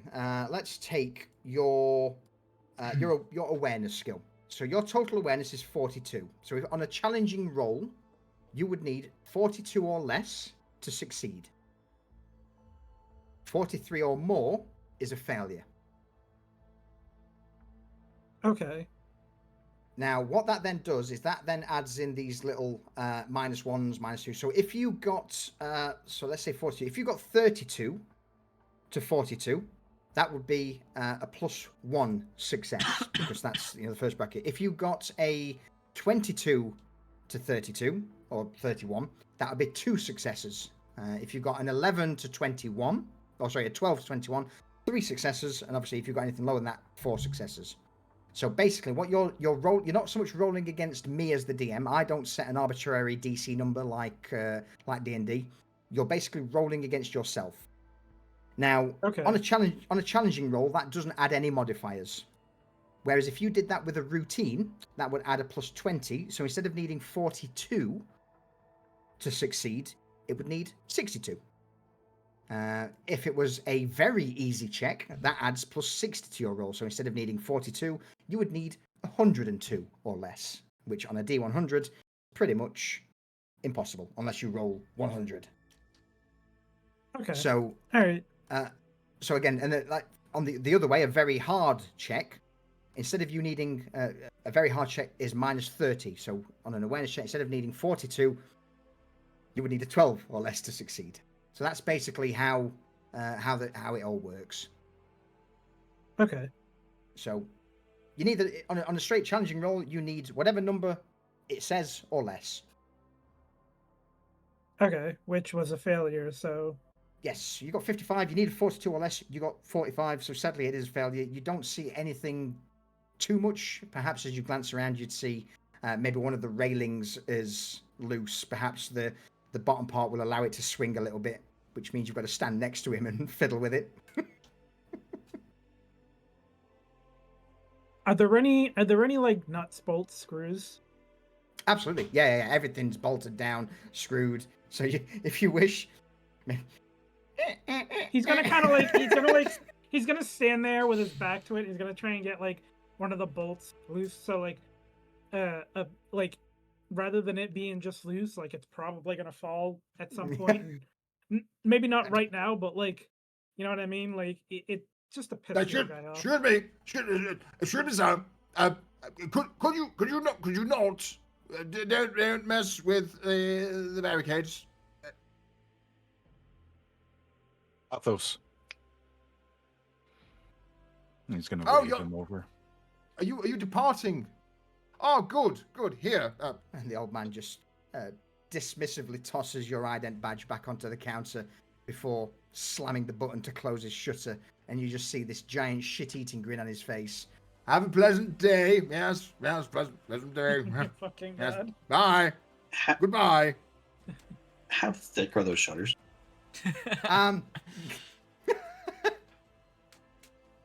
Enough to withstand, a melee attack, a strike from someone being peeved off by weak, flimsy administratum hands. Even with penetrating too? Oh no, with penetrating 2, you're going through that shit. I probably would Ariel. have there. Just saying. Ariel is just gonna cut a window in the shutter with his knife and walk Oh away. shit! You got a mono edge knife. I do. You see that? Oh, my, the holy what is that? What are you doing? Guards! Wait. So, are people like pulling out knives and going to attack the shutters here while we're standing here waiting? It looks like Knock Mhm. the Just fuck got off. Screwed away. Serial is, yes. Uh, Be right. that The door opens. Okay, so Go on. if he's gonna go over and like start knock it off, Terrorizing the. like You can- like it's at the point where like he's gonna pull his gun out and like he's waiting there with his gun in it.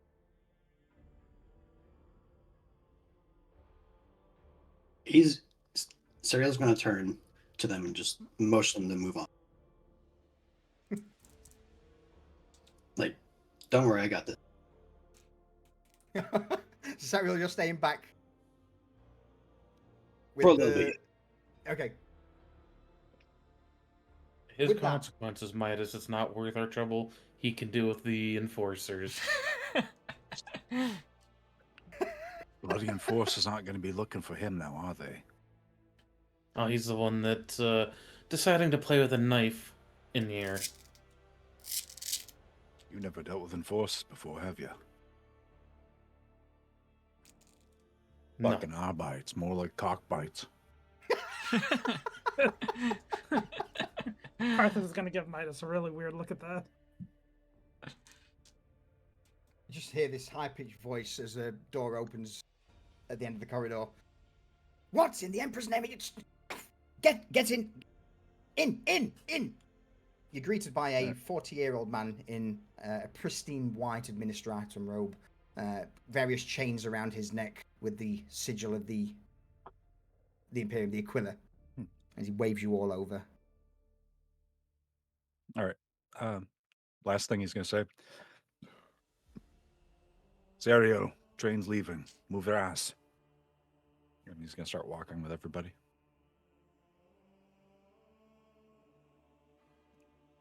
Serial turn, give the clerk a disgusting look, and then follow after.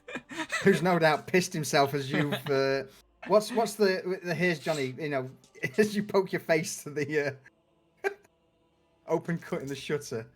Yeah. He's like, guards! And as Murderer! Murderers! In the sanctum of his God Emperor's holiness! You're just slamming the button. You just hear this constant pressing as a red light begins to flash above the booth. Seeing this, Malron, just we'll deal with that when the. This is why I should have never dealt. With, all right, come on, quickly now. Ushers you all in to what appears to be a secure lock, like a almost like an airlock, but more for security. There's a brief red scan as he holds the plate up to the laser, and various lights flick from red to green as the second door opens, revealing yet more corridors, yet more shelves, but he quickly ushers you through them towards an office at the far end. All right, in here, all of you, go. Shuffle through. Just. Hmm. It's okay. Sarah will make a good server when this is done. And while we're walking, I'm just have my dad slate out, typing the Multiple clerk's name try. in, saying authorization granted for servitor conversion, or recommendation for it. No, that was an aside thought, because that's what's going to happen to him after this mission, most likely. Yeah, I'm typing it in. Stay undercover. Starts hacking through shutters. Okay, well, He It would really appear. administer on him. It would appear our cover is blown. I mean, I love it. I'm on board with this. So,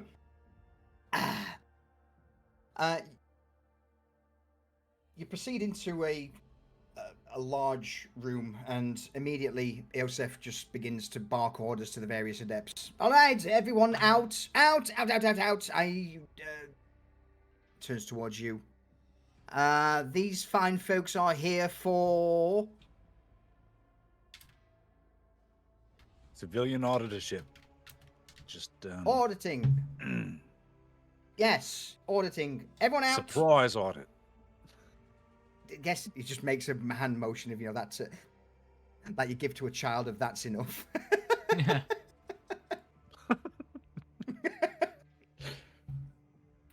Go on, leave everything. All tasks for this moment have been superseded by a audit. So go.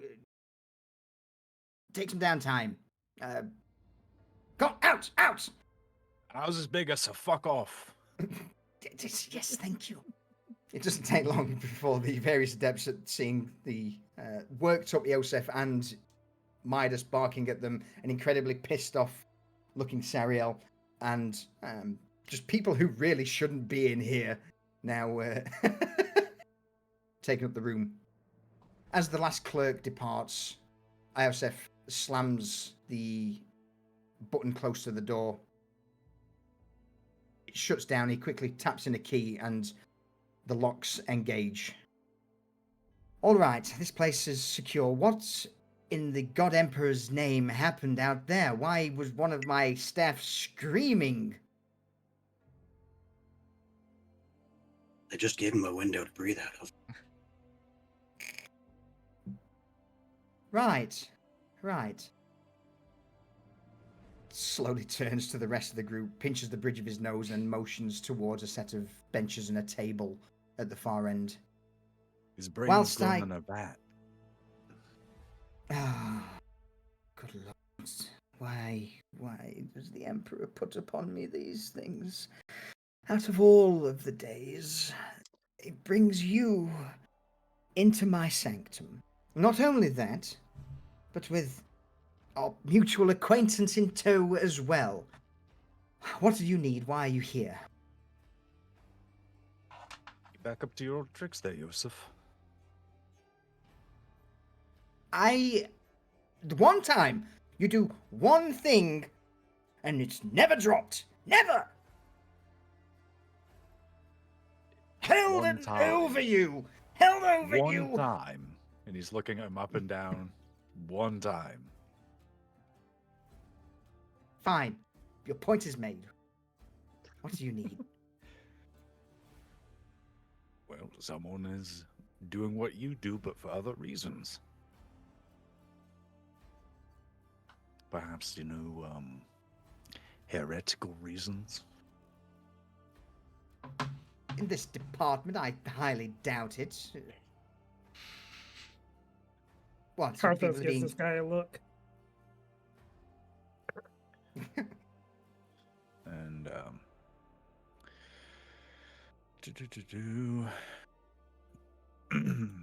just collecting my thoughts here. Mhm.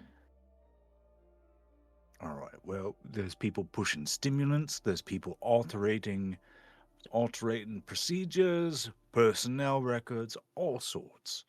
Now you do yours for greed. I did. He's like kind of gives himself the up and down. Like I sympathize. And he's just gonna kind of like drop his hands, just look him up and down again, and just go, right, well, for whatever reasons you might have, need to find who else has been doing the same for their much less magnanimous reasons. Look, the things within my purview, yes, I have moved people, but you say this is on a grander scale than just a small number. That's right. More and less of you trying to help. Listen, you were trying to help people. I can understand that. There's someone else trying to hurt people and trying to cause problems. You were just looking out for people you care about and whatnot, however you want to say. But, well, you're not bad. It's just protocol. This person we're looking for, or people we're looking for, they're bad. Right.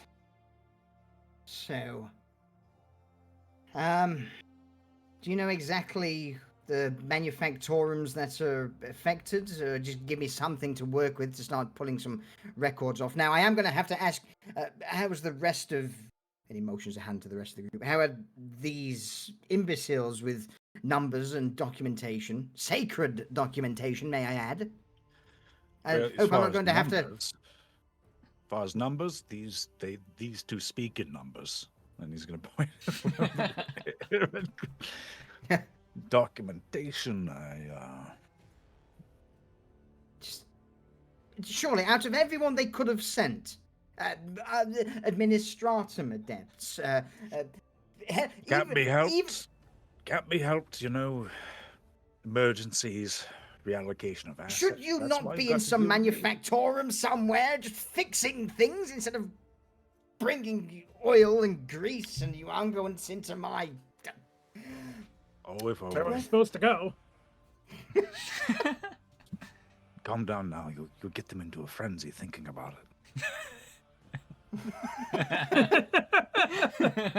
We could have been in a manufactorum, not this hellscape. As if to emphasize the point, Serial's just tapping his knife against his arm. In the name of the God Emperor, if you touch one of my scrolls with that barbaric blade of yours... Right, just take a breath. Take a breath, Isaac. It's fine, this is... and you, your name? Points towards you, Midas. Oh yeah, you can call me Midas. Midas. If I help you with this, then whatever information our mutual acquaintance has on me is swept under the rug, yes? He's going to look him dead in the eye and just say, I'd love to say yes, but I think you know as well as I do that we're both fucked. Fine. However, you live in an absolute glamour until that happens. Very well. Give me the names of the manufactorums in question and the details that you need, and I'll start assembling the documentation. And it's going to be a long haul. I hope you don't mind sitting and reading. Well, you Do know, we I can know the read. manufactorums? What's that? Sorry, Harthos? Do we know the manufactorums that for these specific I records? guess probably your first mission briefing would no doubt be one of them.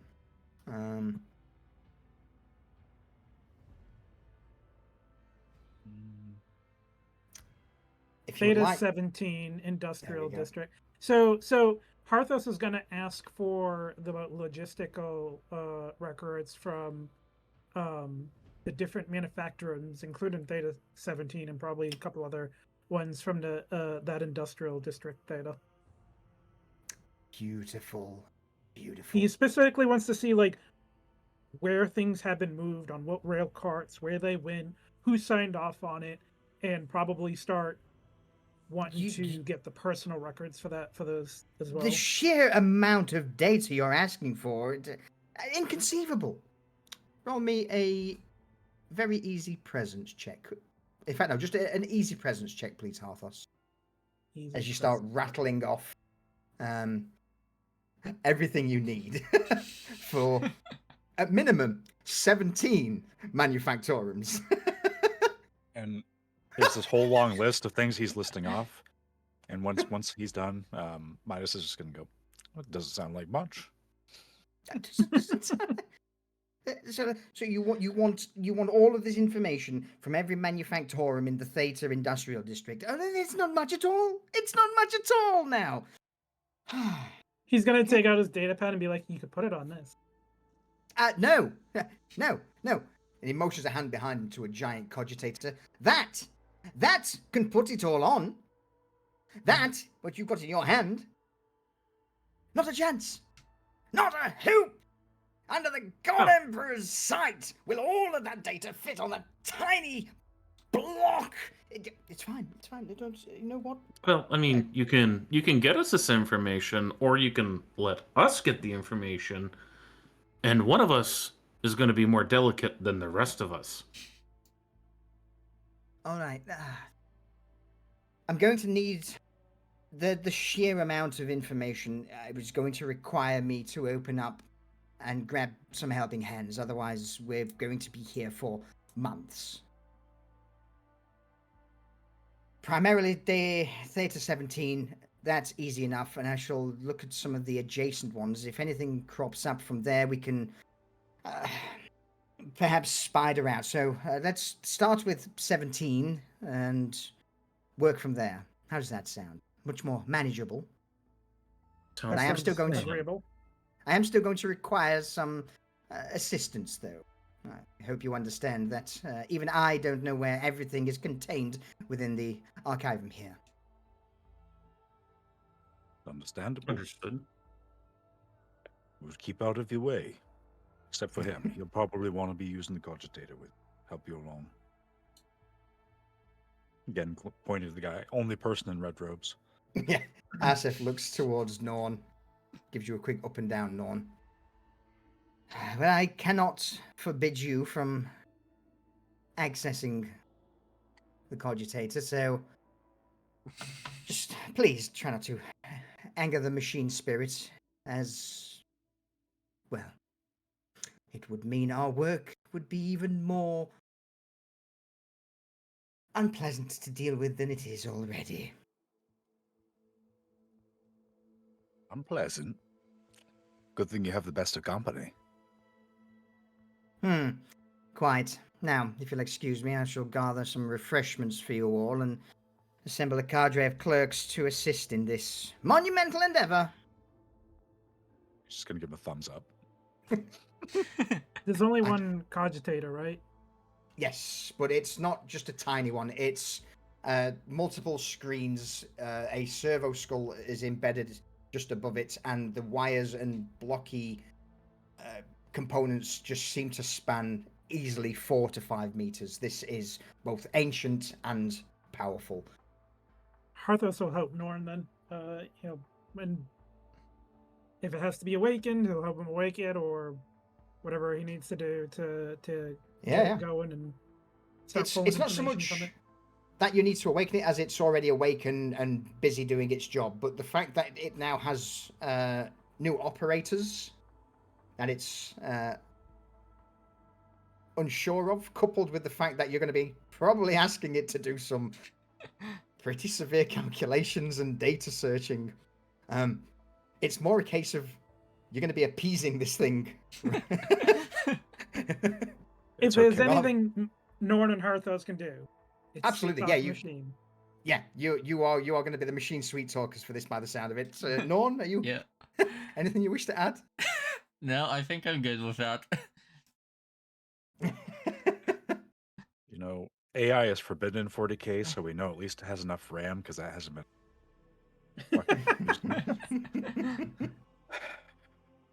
Ah, god damn it! Don't talk to me about RAM prices at the minute. Jesus Christ! Yeah, they'll give you a RAM, all right. Good luck getting a new CPU. Yes, I mean CPU. So, all right, slight off topic, right? CPU, not a problem. I can get a CPU. I can get a great CPU. Motherboard, also not a problem. Cost of the RAM that I need is more than the CPU. Like water- $1,000. More than the CPU, the water cooler, and the motherboard put together. Great. Anyway, now that's out my Whatever you system. need. Oh, don't. Anyway. Fucking. We'll- That's a we'll- topic we'll for talk- later. That's We'll a talk topic after for me. stream. Yeah, I that's a rage apologize. topic for me. I'm triggered now. I'm triggered. Fuck you, Prepper. Fuck you. All right. So, yeah, basically, Iosif Malron steps out of the chamber, and after half an hour, 40 minutes, he returns with a cadre of about 12 administratum clerks who immediately start setting around, pulling crates of documents from shelves, others whisking off to other sectors of the archives before returning hours later with more documents. A refreshments trolley is brought in, and surprisingly, it's not just Nutriblocks or sludge. You're actually provided with some rather fancy food. A couple of sponge-like, almost sweet treats that are on a plate. Even the recaf that's offered is not the swill you drank earlier in the courtyard. This actually has quite a decent bitter taste to it. Also with small cubes of sweetener that's you could add if you so wish. This is unlike probably what most of you have eaten, but those who are in privileged positions, this is their norm.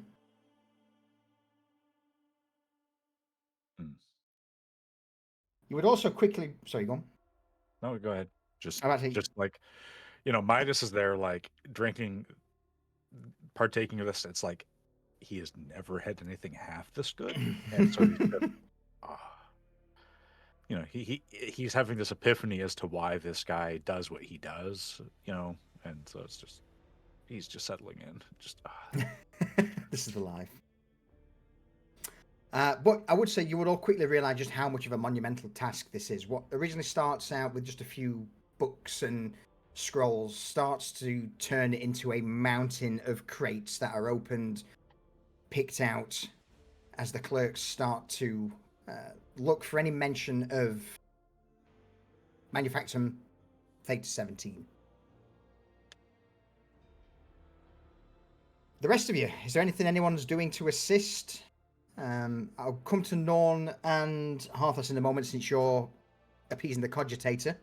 But Midas, stuff in your face, Sariel, Kronk, do you three wish to do anything else to help this this investigation, or are you leaving it? Kronk will first like stuff his face and get some of this really nice recaf, and then he's not overly the best with paperwork, so if there's any like heavy lifting of case like of things that need to be moved around, he'll assist with that. Okay, awesome. Let's go with a... do you know what? I'm going to ask for an awareness check from you quick, please. We'll go for a routine awareness check from you, Kronk, because you move a vast amount of crates, each one labelled...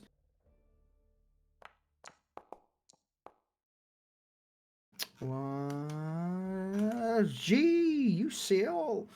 Okay, as you begin to sift through these various crates, just stacking them against the wall, one of them would immediately grab your attention. That the insignia 17. Doesn't take genius to understand. Yeah, I will verbally. Oh, this looks interesting. I'm gonna place this over here real quickly. Put it off to the side and continue. Yep, put that off to the side and continue to look for anything else that would be interesting. Okay. Sariel? Anything you're doing to assist, or are you causing more havoc? He's going to sheath his knife because he doesn't want to disturb any more people. Since they're actually working for him now, and he's going to see this crate that Kronk has set aside, and he's going to carefully open it and start going through paperwork. Okay. Roll me a routine law check, please. Or yeah, we'll sit with law. Routine law check.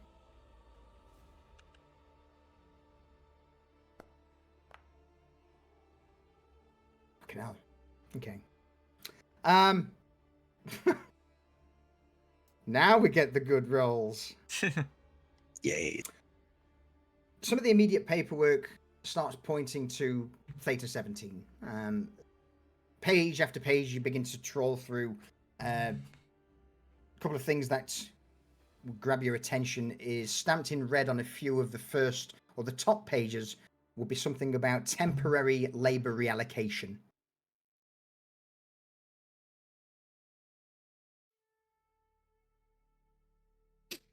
Okay. He's going to take those and set those specifically aside and keep. And since there's a lot more paperwork to go through in this crate, he's going to continue going through them, seeing if anything catches his eye as far as probably medicinal items being allocated to this manufactorum. Say again. Sorry, I was just typing something up. Oh.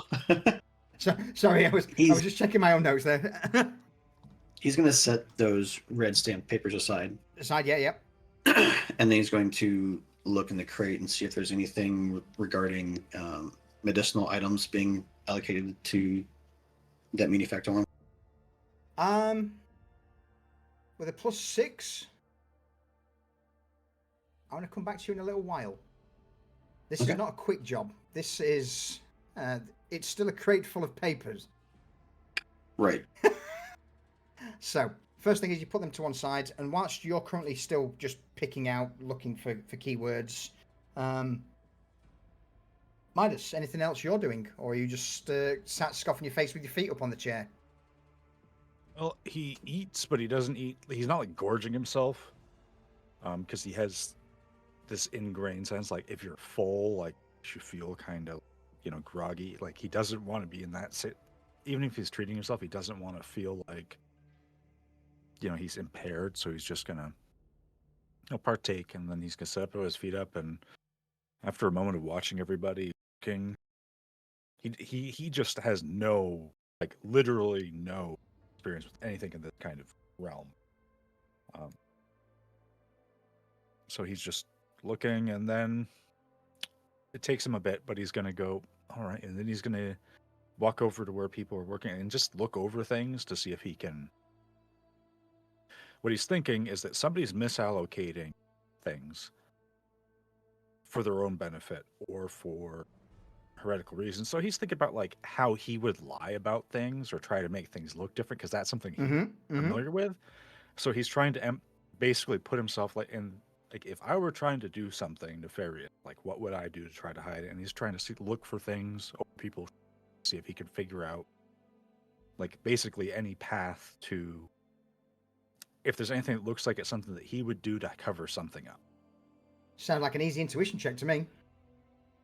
Well, we'll see how easy it is.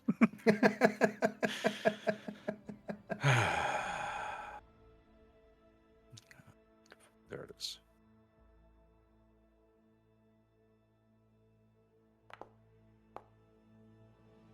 It's pretty easy. It's pretty good. Yeah. With some of the paperwork that's been put aside, you begin to sift through it, think about how you would perhaps do these things, and the main thing I would imagine that would come to mind would be keep things as generic as possible. No names, no ties, perhaps even forgery. And as you start to glance over some of the paperwork that Sariel's put out, you notice that these labor reallocation forms, they have an official seal, but there's no names attached, nothing that would point back to a specific sector or a specific overseer or admin, administrator. Is it like is there like a department or a particular part of the administratum that they're signed by, even if it doesn't have someone's particular name on it? There is something. There would be the odd thing that you would see of Office of Strategic Compliance. It sounds like enforcers.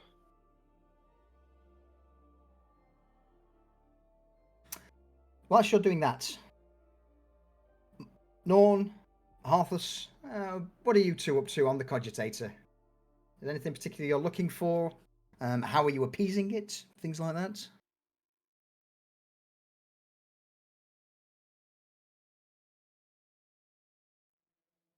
I'll let Norn Go go ahead. first. Go Helps for it, if Norn. I'm not muted. What are you up to? Mostly skimming through the records, looking for anything out of place that catches my attention. In addition to that, looking for anything that looks like it have a cipher on it Mm-hmm. that we'd need to Okay. look deeper into. Oh, I like it. In that case, then, let's see what Harthos is doing, which may help the role I'm about to ask for. Harthos, what are you up to assist in this endeavor? He's basically looking for information as well.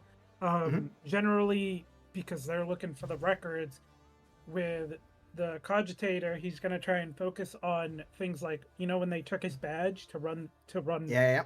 the information. He wants to see if there's any instances where a badge was run, but then there was any discrepancies, either before or after. Oh man, you've just asked the question there, my dude. Awesome. Okay. Love it. Norn. I'm gonna ask for both Norn and Harthos to roll me a tech check. Both of you roll me an easy tech check because you kind of got an idea of what you're looking for. Oh god, an easy one, yeah. How will I screw this one up? You're good. You're good. Yeah, you guys, again, if you know what you're looking for, I'm happy to reward you for it. If you said, oh, I'm just looking for information, I'd be like, all right, very hard. All right, with these rolls, what should have been, or what you thought to have been a short jaunt to visit, turns into hours. Hours turns into a day. A day turns into 2.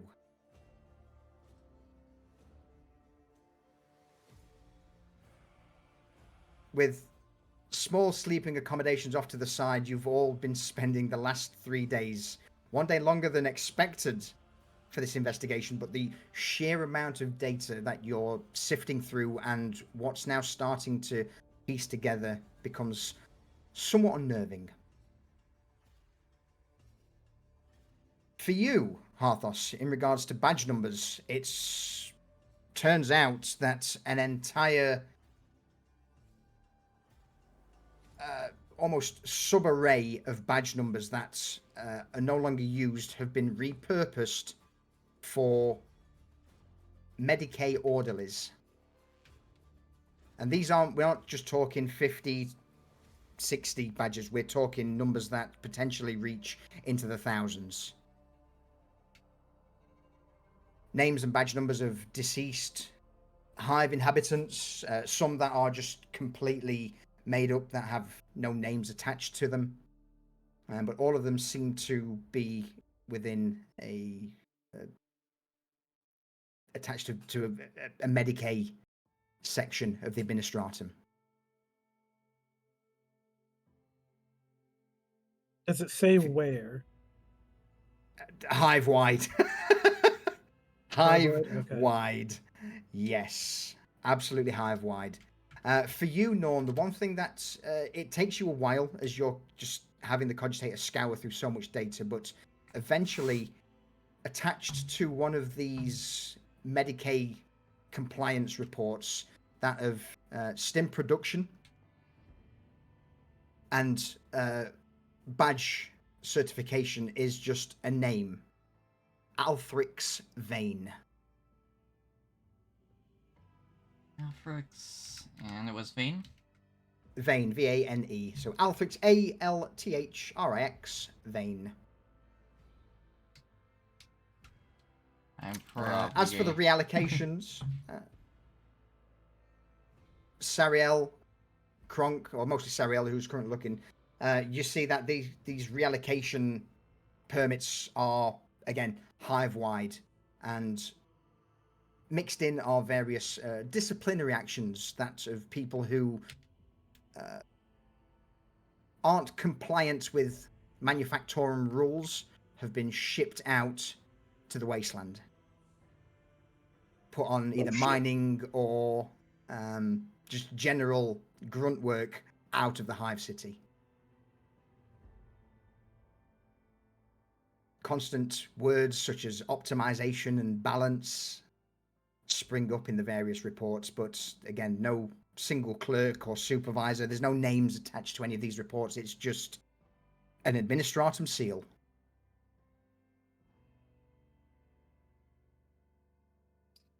Okay. You're now starting to paint a picture that someone within Labour Office LXI 61 is authorizing stim distribution. There's no signs of any manufacturing, but it's mostly you would start to come through letters, receipts of distribution of stims, multiple reassignments of Medicaid orderlies, some taskings that would be for the Medicaids for continuity. That's not a word. What am I trying to say?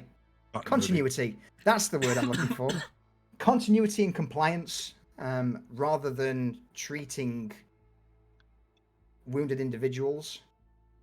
And as these days have stretched out, it seems that the initial, the further down the box you get for Manufactorum Theta 17, because bear in mind, this is just the one box for Theta 17 at the minute, not the plethora of other boxes around, because there's just so much paperwork. It just seems to be that the more recent distribution papers show that the amount of stims being shipped in has grown exponentially.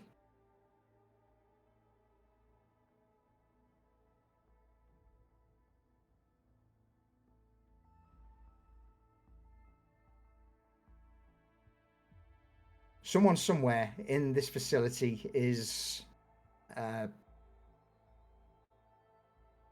doing something they possibly shouldn't be. That's the overall consensus that you're getting. Someone's fucked around and is about to find out. Mm-hmm.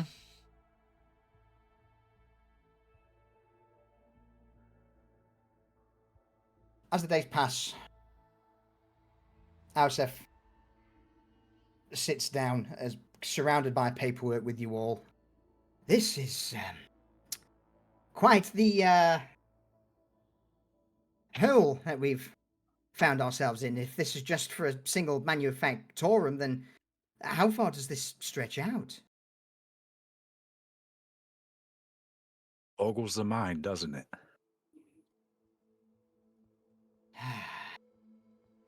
Well, there's a few things that I've found. Doesn't seem that. And he takes a few scrolls that he's been looking through, passes them over.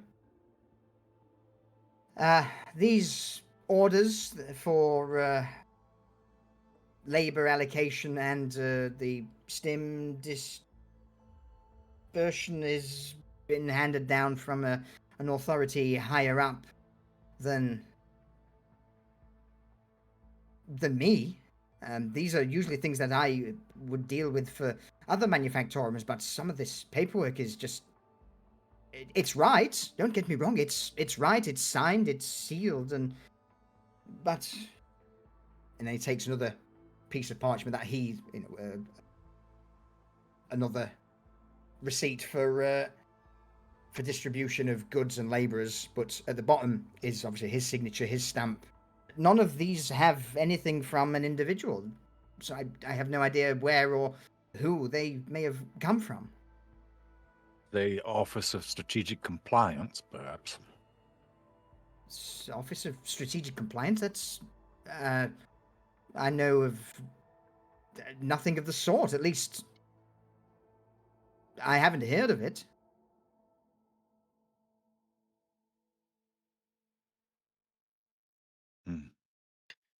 even for all your rules and regulations, it seems a ghost has been ordering all these items and reallocating labors, and you're just letting it through. Not with choice. This is well out of my purview. No, don't be so hurt. Not you personally, just someone's exploiting the system. Elsif nods.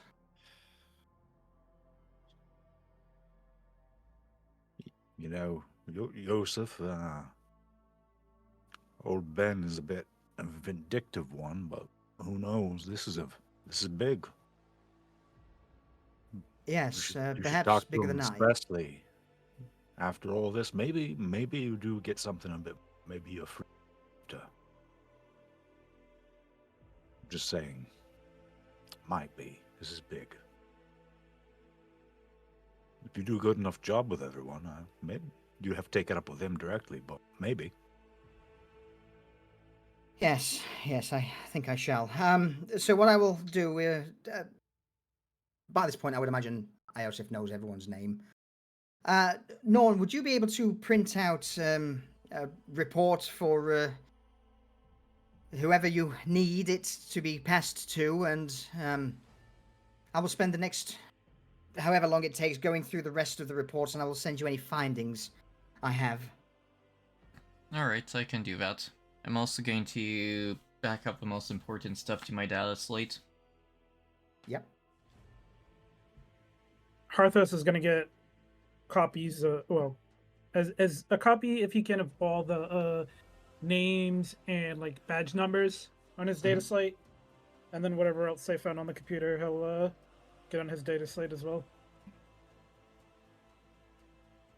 You spend the next few hours collating everything, download backups, and eventually get to a point where you feel you've, without spending any more time here, you're already past when the operation should have ended by a day at this point. Or in fact, rather than day, this is the day you should be returning back to HQ. But Iosef looks to you all, slowly nods. Well, the least I can do is get you out. In regards to the issue the other day with the shutter mechanical failure. Yes? And he looks around specifically at you, Sariel, with a harsh stare. Yes, of course. Just tell everyone that the fellow was crying for help, and we had someone very simple thought they were helping.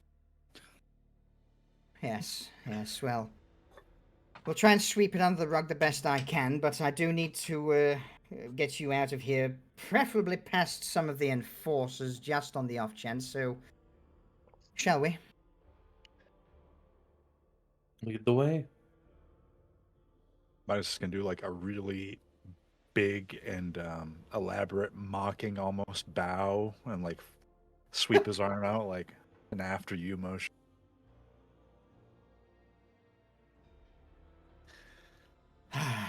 He shakes his head, grumbles under his breath, mutters some curse words before ascending the stairwell out of the room. As he leaves, he barks orders to the rest of the clerks who are gathered to continue perusing through the data, and he begins to lead you not back towards the main door, but through what seems to be a bit more of a obscure pathway through the administration office. Does anybody want a quick break before the next scene? Yeah, I'm going to run to the restroom quickly. Yes, I need to go to the bathroom and get coffee. I need to get coffee. Excellent. In that case, then, I'll be right back. we will call a quick break before we pad into what happens next.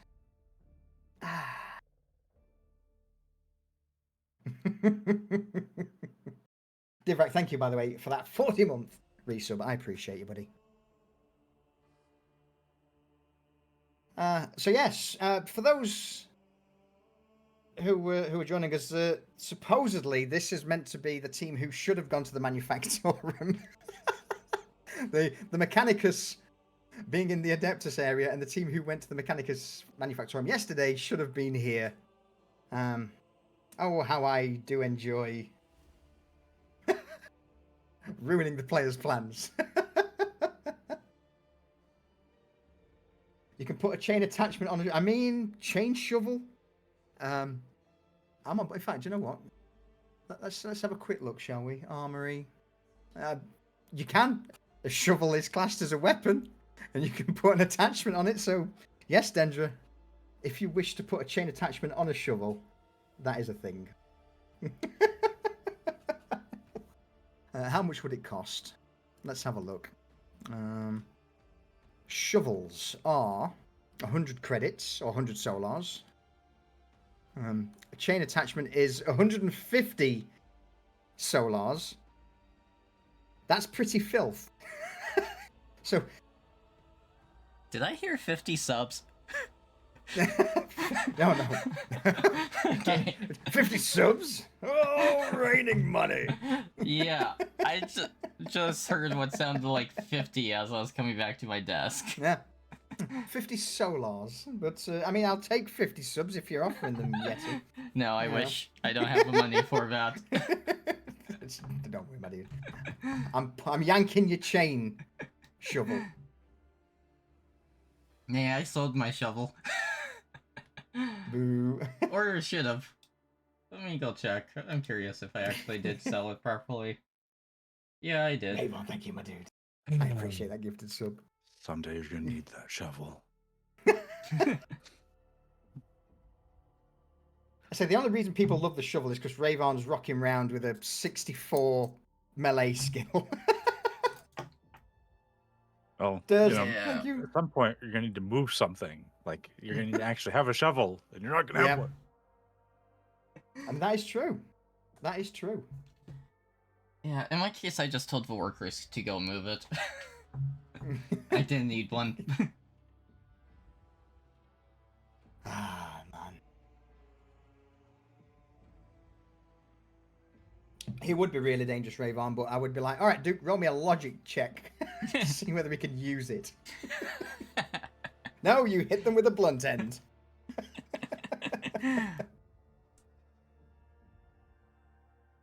God damn it, Jack. Ah. Every time, Trevor Jack's just like, you know what? Hold my recaf. I got this. Let me splooge in chat. Ah, buddy, thank you. As always, man. Gotta put the mono attachment on a shovel. Oh my god. Blue Tiggy, hello, stranger, how are you? And Durs, thank you for the gifted sub too, Blue Tiggy. Alright, I think, bar from Steel, I think we're all back. Yeah, Jack just opens his wallet, pours out everything, he's like, yeah, there you go, my work here is done.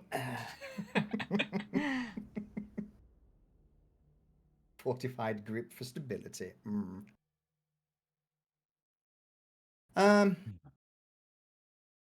Sure. Have we got Coffee Man back just yet, or is he still coffeeing it up? Probably still brewing it. Alright. Those chairs to murder. He has got, yeah. I mean, that's Sariel. Oh, he Shutters. murdered Fine. shutters. Yeah. Murder shutters, not chairs. And So just this short of an old man. so let's get this straight. We've got sort of like the team from session 1 who hate stairs. You guys hate furniture. Any inanimate object. And I would go with that. I'm just going to rename this to Ashes of the Inanimate Object, I think, rather than Ashes of Life, but just have done with it. You know, the general theme seems to be drugs. Drugs. Maybe I mean, yeah, gotta drugs go are with- bad. You know, In a certain perspective, they might not be. maybe a particular kind of drug. I'm back. Don't count your Welcome imperial back. chickens before they hatch. You know, All right. like, Midas has drugs on him. So,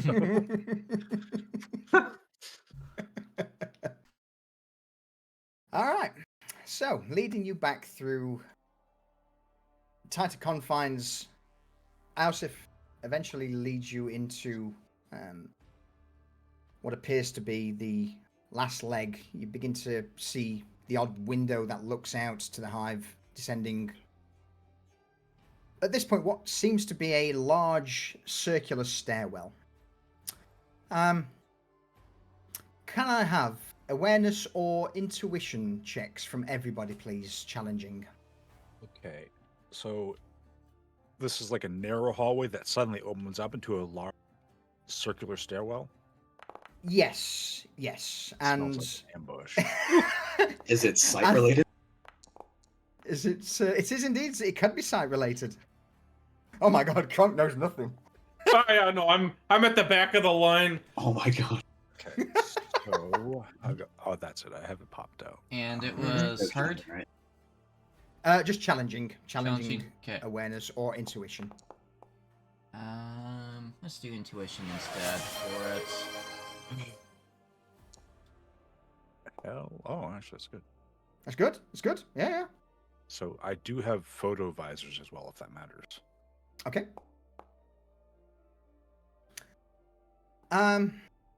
So everyone bar Kronk and Sariel. Kronk's at the back of the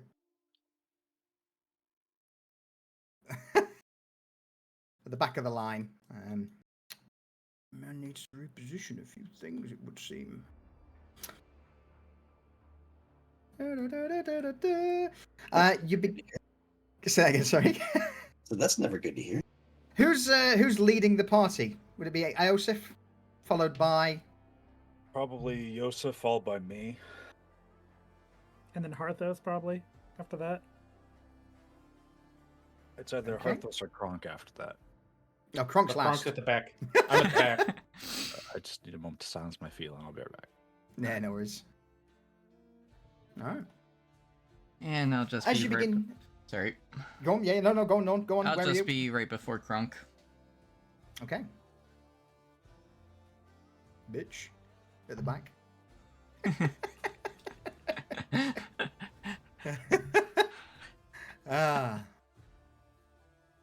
So, obviously, you reach a point where a couple of things.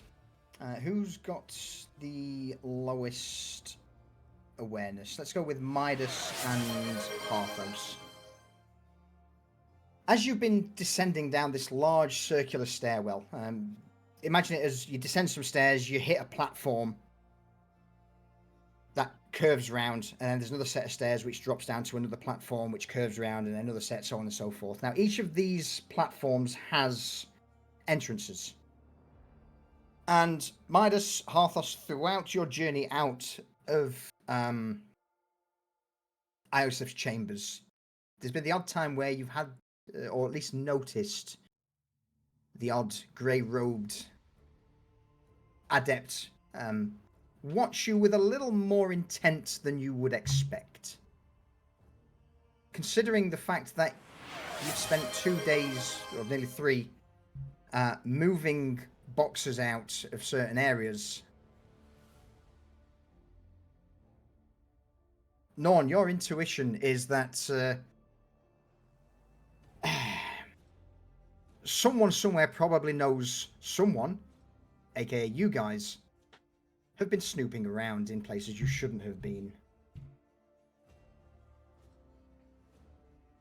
And it's as you begin to descend some stairs with Iosef leading you all, things suddenly go a little quiet. The adepts that were around are no longer there, and well,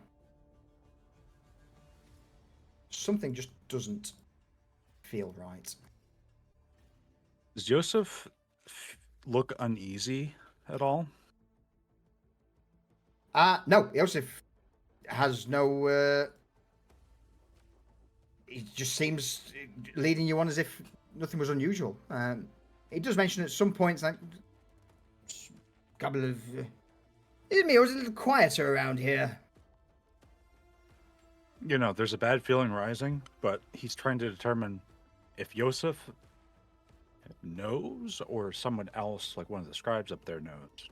Intuition.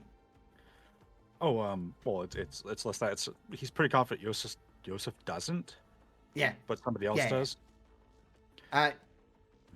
Go on. Yeah. So, like, It's obvious that Eosef is unaware. yeah, no, if he were aware of danger, he wouldn't be here. That's the thing. He is entirely self-serving. He's a coward. Yeah.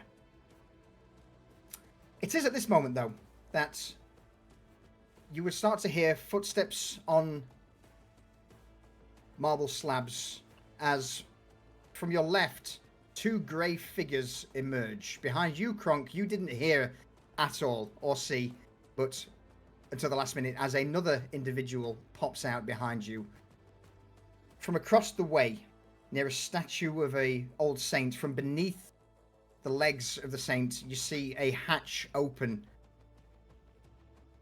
as two more individuals emerge, grey robes, pulling stub guns from beneath the robes. And again, at the very far end on the stairwell down, a third assailant draws a stub gun from his his administratum robe, and they all start to bring the weapons to bear. Iosef immediately calls out, what is this? Who are you? Gentlemen, roll me initiative, please.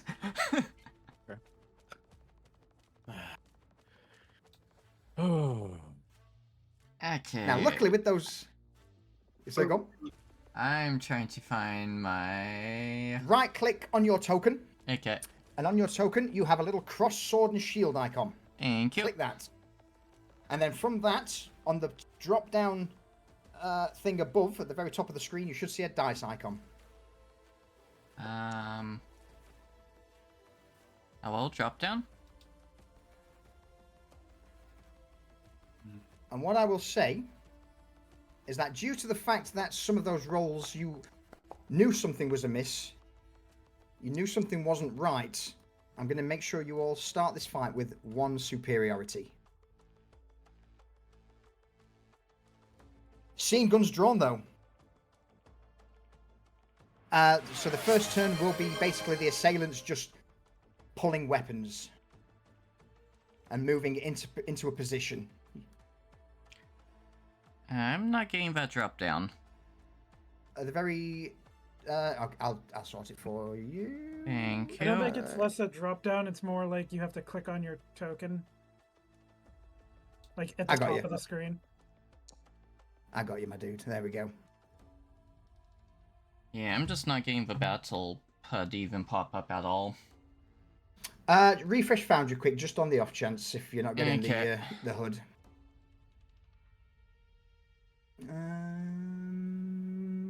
All right, so yeah, Assailant Halthus, seeing all this, what do you do? He's going to pull his hand cannon, which is probably like the better size-wise. It's probably almost as big as his thigh. Like it's a pretty sizable gun. It's got a custom hand grip on it, and dangling from it is a little like token, like a Adepticus Mechanicus token. Yeah, like a little religious symbol, like kind of like on a chain Yeah. wrapped around the handle.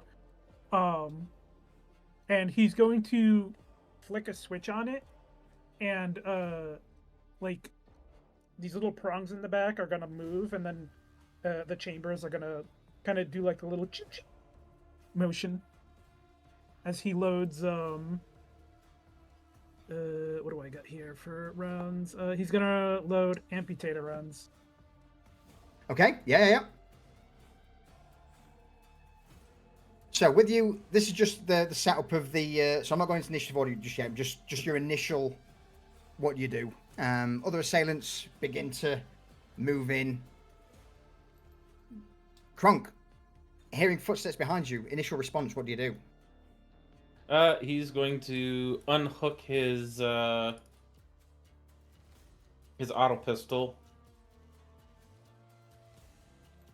and quickly spin around and point it at the assailant behind him. Yeah. You see that they're wearing Adeptus Administratum robes, but from the guy closest to you, you will see that he's wearing what appears to just be a blank face mask. No discerning features, just a metal mask that covers all of his face. Midas, what are you doing? He's gonna get down, Mr. President Yosef. Okay. And pull his autogun to level at the people. So the way he sees it, Yosef can like find the data and expose all. So he wants him to not die in a hail of gunfire, and he also wants to make sure that these people do die in a hail of gunfire. So. Awesome. Norn, what are you up to since we sorted your initiative out? Okay. Oh. Let's see here. Just initial response. If you want to reposition in your zone somewhere, you're welcome to. But at the moment, this is just like that initial guns drawn. Oh fuck. Yeah. I'm going to be paying attention to the guy behind us as well. Okay. And reposition a tiny bit as well. Yeah. If you ever want to change where your token's looking, it's either R or O, and it'll reposition to where your mouse is. If it's not R, Boom. it might be O. Who knows? It's O for me. Here we go. Cool. Last but not least, Sariel. What do you do as you see? Serial's gonna step back a little bit, and he's gonna start looking at the guys at the feet of the statue.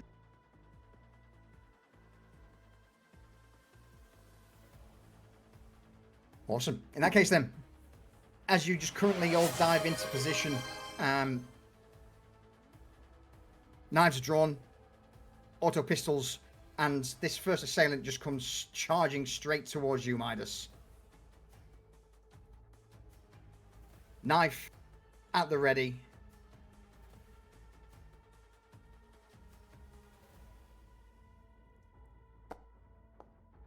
Oh my god. No! No. Do you want to just unoppose that roll and let him run forward and fall over? Yeah. As he draws his knife, he begins to charge at you, steps on his own robe, and falls flat on his face directly in front of you. Oh, God damn it. The other assailant will notice as Sariel bringing up his rifle and lets out a shot. This is not a loud shot. Sariel, you would notice that there seems to be a silencer on the end of this stub auto rifle. Actually, that's wrong. That's meant to be a disadvantage. So if that would go into a 432 would be 23, which is actually still a hit. Yes, by one. Okay. Do you let it through or do you try and dodge? He's gonna let it through. All right, unopposed. Oh my god! The shot rings out. There's a loud crack, even though it is silenced, and you just feel the round puncture straight through your left arm. Norn, what are you doing as this bullet slams into Sariel? I hear him get it hit, and I'm going to shoot at the guy that was behind us. Alright. So, everyone, you have one superiority. So in any roll, once per turn, you can add +1 SL. There's a little tick box that says superiority. For one roll every turn, you can add it to that. So if you're trying to do a shot, you basically get a free +10 to your roll with the SL stuff. So to attack Norn, if you hover over your intended target, press T to make sure they're targeted. I just and then targeted them. And then from the combat tab on your character sheet, Combat click your auto pistol. Okay. At the moment, there's nothing, you've not got any bonuses, any benefits. It's just a straight challenging shot as this guy is surging towards you. Alright. And I need to move and adjust this box size if it will let me.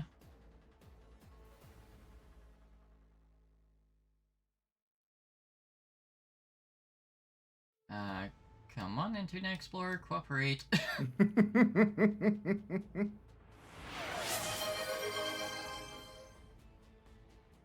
Okay, hold on, I'm going to try to It's all good. And what I'll do is, redo this. Okay, so click the auto pistol, that's all Yep. normal. And then just roll. just click roll. Absolutely. You bring the auto pistol up to bear, squeeze the I- trigger. Sorry, it's Your being 5.6 stubborn with the level. pop-outs. Yeah, probably best for the moment to the pop out when it comes to combat's can be a little jank. Yeah, I'm going to pop this back in and see if I can do it this way. No worries, buddy. No worries. There we at go. all. Now I can actually see the roll button. Don't worry. It's part and parcel of new to the system. Don't worry. That's the whole point. Oof. Frustratingly though, as you bring the pistol up, just shot goes wide. Perhaps just a flick of the wrist. And in response, another assailant's going to run up towards Midas and try and shank him with his knife. It does. Oh, Midas, what do you do as this knife is heading center mass to you? Gonna try to dodge. Yep.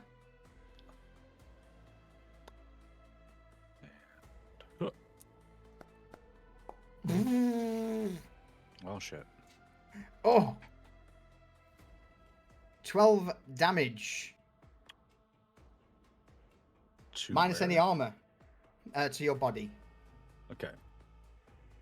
I can apply that manually, which, as the first guy falls over, the second one runs in, and the knife just plunges deep into your abdomen.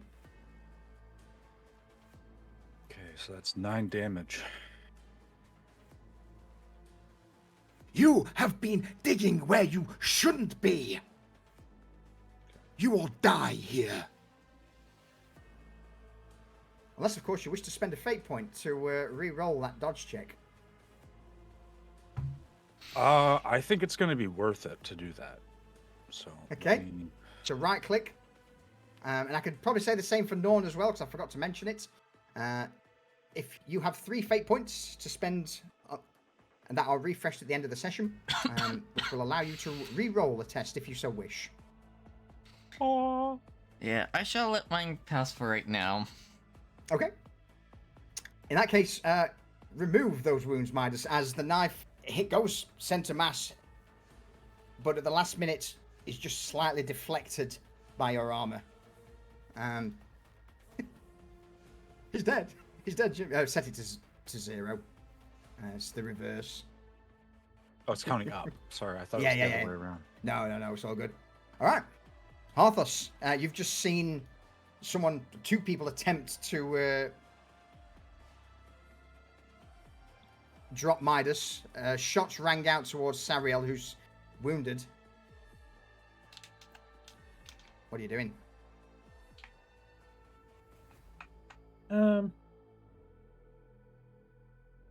What do you want to do?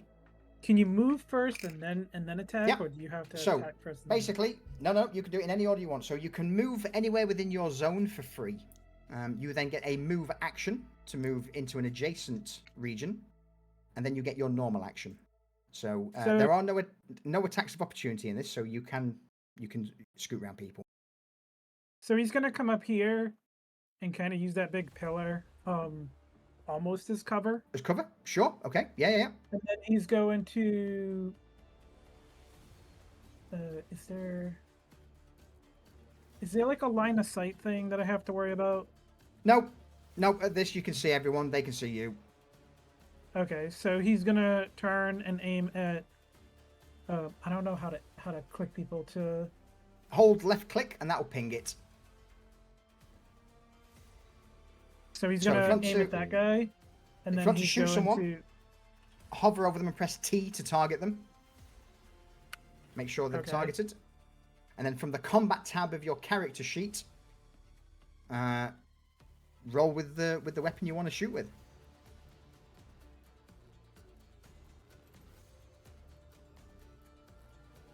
Just leave it on It's just gonna be- challenging. Straight at the moment, yes, because no one's done anything to make it easier to shoot people, so it's just a straight challenging shot. Unless you want to use your superiority, right? Yes, actually, you do have superiority, so you get +1. So let me add that to add an extra SL for you. Oh no. Or it should have already been clicked on there. Oh, okay, awesome. It was, yeah, you did. Awesome, love it. Unable to see you as they're currently engaged with Midas, that shot goes straight through, slamming into the assailant, knocking him back for a brief moment, punching the wind out of his chest, and you just hear, "Ah!" Shot rings out through the halls. 10 damage, respectable. It's at this point where, for you, Midas, you would see that beneath these robes, they do seem to be wearing armored body gloves.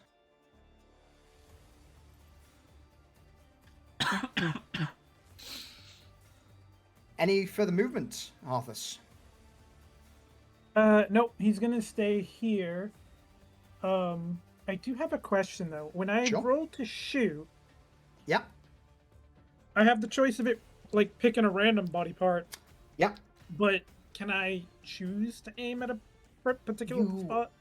Absolutely can, but it makes the roll much harder to pull off. So I can't remember the exact modifier, but I think it puts you at disadvantage if you aim It's at a not body a part. great idea. It's not a great Okay. idea. Unless you have Okay. feats to offset it. Or you choose Okay. to aim as an action, which you forgo your turn, but you can choose to hit a body part next turn at your normal shot. But again, 10 damage, respectfully. This guy's injured. The assailant above is going to charge down, quickly loop, and he's going to put a knife into Kronk. Kronk, the blade starts swinging. You see it heading towards your right arm. I am going to dodge that. All right. Click the dodge button in the chat box.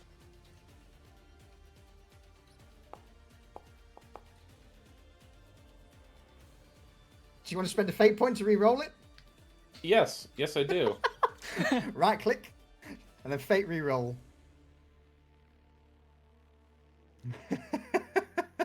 Oh, awesome. So you still managed to dodge at the last minute, but you are nicked by the blade. Doesn't go as deep as it was going to be, causing 6 damage. But because you've got pretty hefty armor on, that reduced it to 3 points of damage on you, which I've applied. Yeah, the knife comes in, swings, punches through the leather armor into your right arm. Pain shoots through your body. These guys are no joke. They want you dead. Next assailant is going to look towards Iosef. And with a shot from the stub auto, Iosef is going to... Oh, This man. might screw me, Go on. but I said I was going to get down Mr. President Yosef. I meant I forced him to. I was Okay. trying to force him to the ground. Like that's In that case, then, that makes a massive difference. That sends him prone, which means that shot's done at a disadvantage, which would be a 54, which wouldn't hit. So instead, as the shot fires towards Yosef, It cracks past him, cracks past you, Midas, impacting into the wall behind. Next assailant. Oh man, you guys are... he can't get a bead on you at the minute, so he's going to move. And his action is going to be to run. So he's just going to charge up these stairs towards these crates where he brings his gun to bear. Oh, all right, guys. Over to you. Kronk. Well, after that guy knifed him, he's gonna let the auto pistol fall back into its mag holster, and he's gonna pull out his knife and he's gonna return the favor. So, you just want to stab me? Well, I'll stab you back instead.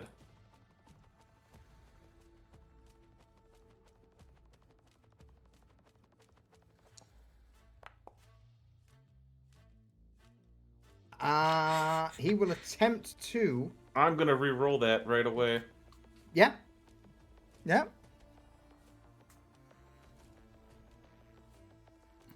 Now, what I will say before you re-roll it... I already did. Okay. Oh, no. Yeah, it's just like, meh. I'm just going to get rid of that one for a minute. He ducks back for a brief moment away from your swing, and you get the impression these guys aren't Administratum adepts by any No means. shit.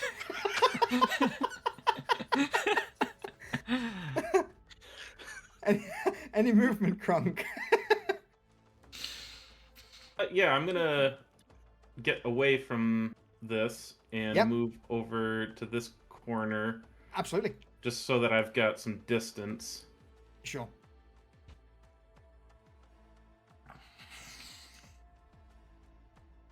All right.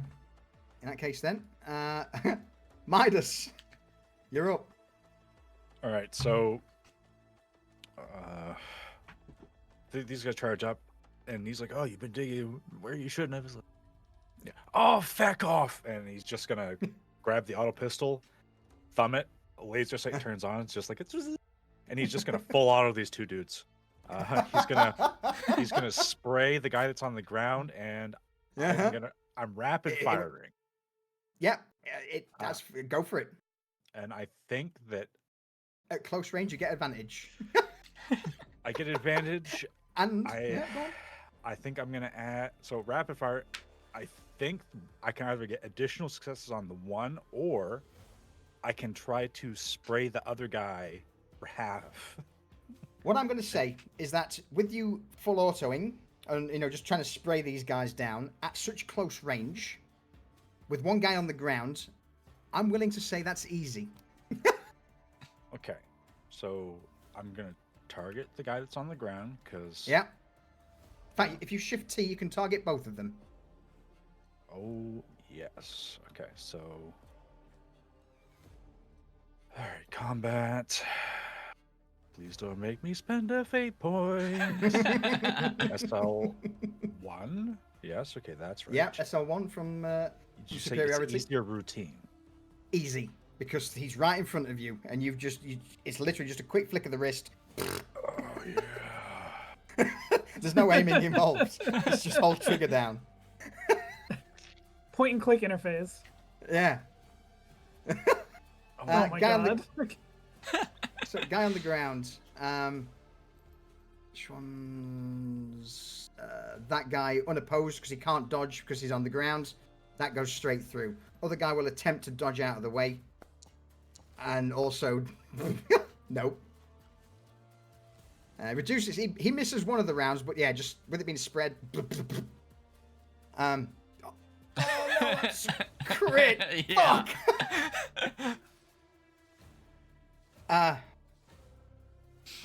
That guy's dead. Click the crit just so we know what you did to him, Midas.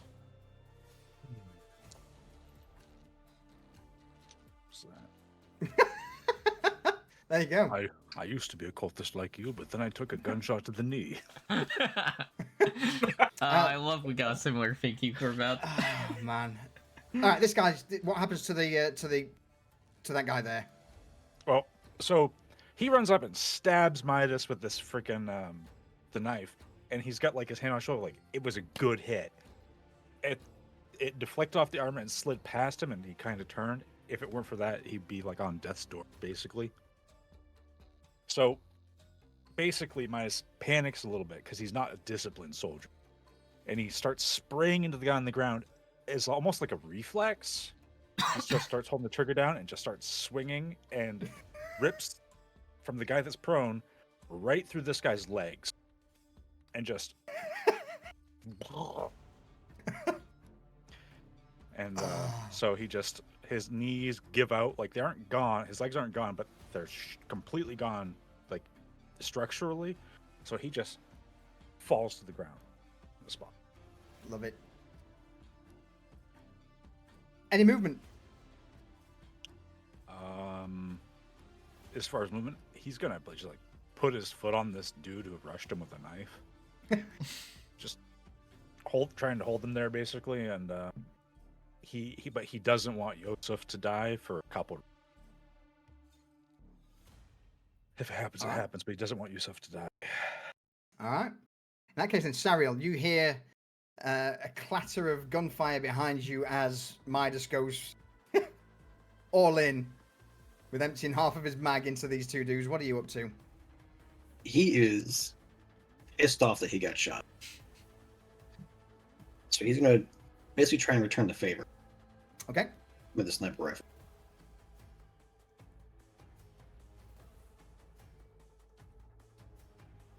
Not tennis, I just want.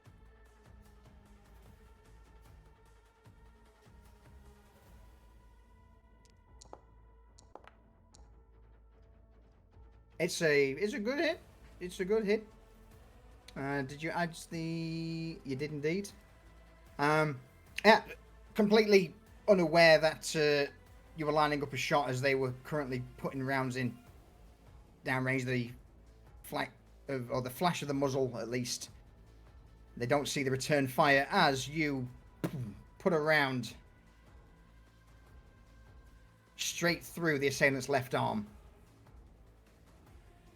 which immediately causes it to go limp, dropping the silent stub gun off to his side, and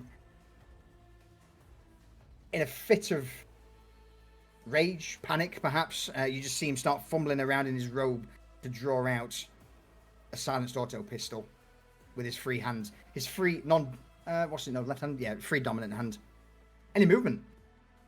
Yeah, he's gonna see this other assailant right immediately in front of him, and he's gonna try and back away. Okay.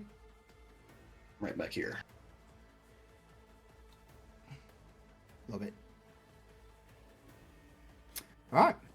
With you backed away, the assailant on the ground in a bit of a daze, having been hit with a few rounds.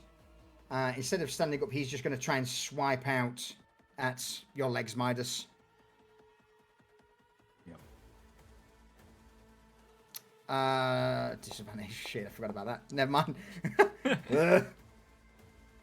But he does manage to connect. What do you do?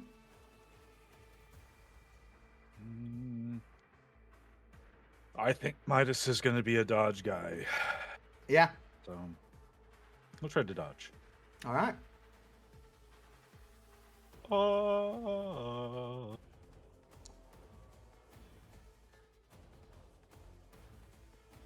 fine. Okay. That will be 6 damage minus any leg armor you've. Arm armor. Yep. So take 6 damage. There we go. I've put that in for you. Yeah, as he swipes up, he just ends up catching you just on your left forearm with the tip of the blade. The other assailant who's just been shot by Sariel with his pistol drawn is going to try and put a round into Sariel, but he's going to try and shoot Sariel as he moves back, but we'll do it at disadvantage because he's been shot in the arm. Shot rings out. Just impacts into the wall, and with that, in his broken arm, you just see him scooch around towards the entrance he came in. He slaps the other assailant on the shoulder. A few words are exchanged, as he disappears back through the hole he came from. Norn, you're up. Alright. I am going to target this guy again. Absolutely. Have a look on your weapon sheet. There are a couple of things you can do, such as burst or rapid fire. Yeah, seeing the rapid fire and thinking I was going to do that onto him. Make sure you tick your superiority. Yeah, tick thing as well. Not too sure exactly how I do the rapid fire part of it. Once you've clicked the auto pistol, Oh, there it can you is. see where it says rapid fire? There's a little tick box. Oh, yeah, saying not enough ammo, so I'm going to do the burst. Okay. And then, boop.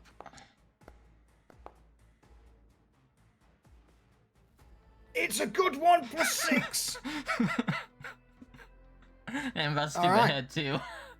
Oh my god. He is going to attempt to dodge this. He is gonna try and get out of the way. He sees you lining up the barrel, dips to the side. Oh no! Oh god, ouch. Oh, let me refresh Foundry quick because the rolls aren't turning up on Observer, Oof. so we don't want to miss that. There we go. So yeah, +6. That was a crit on the head. But this guy's. He's dead. In fact, not crit. He's. So that goes into one. It's not incorporated head damage. There we go. Yeah, burst fire. What happens to him? What do you do? Yeah, I just point my gun at him, blast his head off as I start walking away, looking towards the other guys. If he'll let me move. As well. Have you got the ruler selected? Oh, hold on. Move you out of the way. Ruler select. So you want the very top one, token controls, and then select tokens. The top of the top left. Come on. There we go. Thank you for deleting the other. It's all good. Don't you worry about it. That assailant is out of the fight, so we then go to. Are you staying in the same region, Norn, or are you wanting to move to a different grid? I'm going to stay in the same grid for right now. All right. I am going to go a little bit further down, though. So, yeah, Sure. about here. I refreshed Foundry, and I think it took me out of. It did. I shall add you back in. You were Right after Norn, I believe. right after or Norn. Right around there. Yeah. There we go. So, Harthus, you've just witnessed Midas gun down a guy. Norn quickly pulls the trigger on his auto pistol, shredding another assailant. Sariel shot a guy from the other side who's now retreated from combat. What are you up to? He's gonna flick the switch to reload his hand cannon. So it kind of like a little chamber opens up and kicks out the spent shell from before, and it's smoking. These shells are probably like the size of a normal person's hand. Like they're not small shells, Yeah. and there's smoke and everything. And he's gonna load an explosive round shell. Oh, And then God. he's gonna like come around the pillar there as he's saying, Yeah. "Blessed be the Omni Messiah," and he's gonna aim at this guy across from here, and Alright. he's gonna fire at him. Send it. Make sure I have superiority, challenging, and roll. Do you want to spend a fate point? Yes. Fate reroll test. Yes, if you right click, it should say Fate Reroll Test. That's the one you're looking for. It's a success. It's still a plus. That's all that counts. And the assailant with his eye down. He didn't target the guy.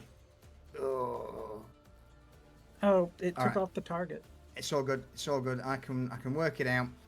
Hand cannon's damaged. Fucking hell, damage 10. Penetrating 2, so he's got no armor. No SLs, so no extra damage. So it's basically just straight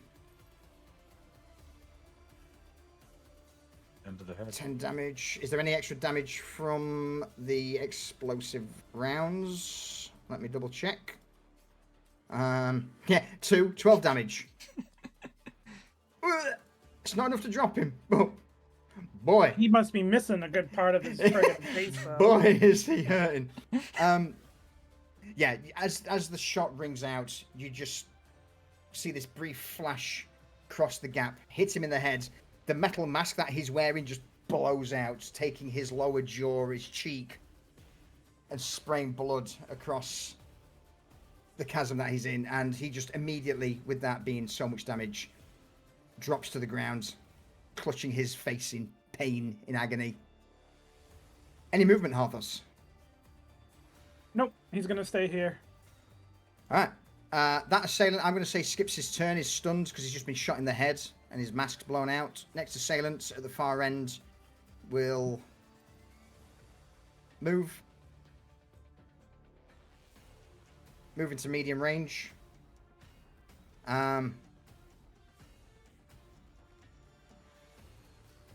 Sure. Go to here. Medium range still because the grid's touch. And he is going to... Who's the bigger threat?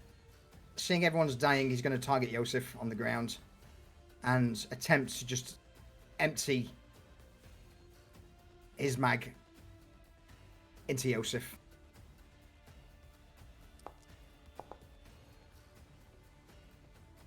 Oh, I hate to see it.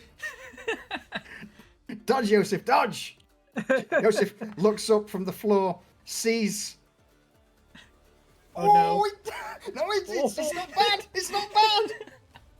At the last minute, rolls to one side as just rounds impact pepper into the floor below. Yosef, just take a hit, but whatever arm he's got underneath seems to take it. What's he got? He's got robes like leather, so it reduces the damage by a little bit. Oh man, there's a cry of pain from Yosef. Kronk, what do you do? Well, seeing as our number one source of information that we want to keep alive at the moment is being shot, the knife gets sheathed and the Asmodean sniper rifle is pulled and leveled Yes, at the I get to assailant see that this. just shot. And a very loud shot is going to, a silenced reverberation will, Will echo through the chambers. yes. Oh! Oh no! So seeing he's not going to see you because he's currently focused on just peppering the shit out of Yosef. Unopposed roll straight through, 13 damage. It's solid. Powers through, knocking him off to the side slightly with the sheer force of it, but the armored body glove beneath taking much of the impact. But yeah, he just grunts in pain, spins his head around, looks towards you, Kronk, and starts to bring the stub gun around in your direction.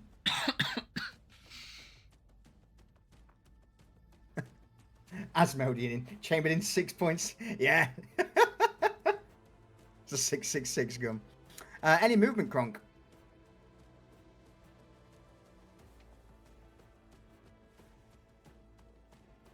I'm going to say that's a no. Good talk. Midas, you're Oh, up. sorry, I couldn't hear you. That was all. But yeah, no, that's That's all. Okay, no worries, man. I'm just staying there. All right, Midas, you're up. Okay, so something that I should have taken into account before. Midas, with the hand that gets slashed by this blade from the guy on the ground, he's gonna draw out his knife, which is knife. It makes it sound like it's a butter knife or something. It's like a 2 foot long jagged blade with like a mono edge on it. So he's got an auto pistol in his right hand. He's got the blade in his left hand that's bleeding. So he's gonna try to stab this guy on the ground like in a big downward thrust with the mono knife. Yep. Advantage but challenging because he's currently trying to roll out of the way. Oh yeah, it's absolutely challenging. I don't expect any combat roll to be anything less than challenging. So, boop. Did it come up? It didn't. All right, let me try retargeting him.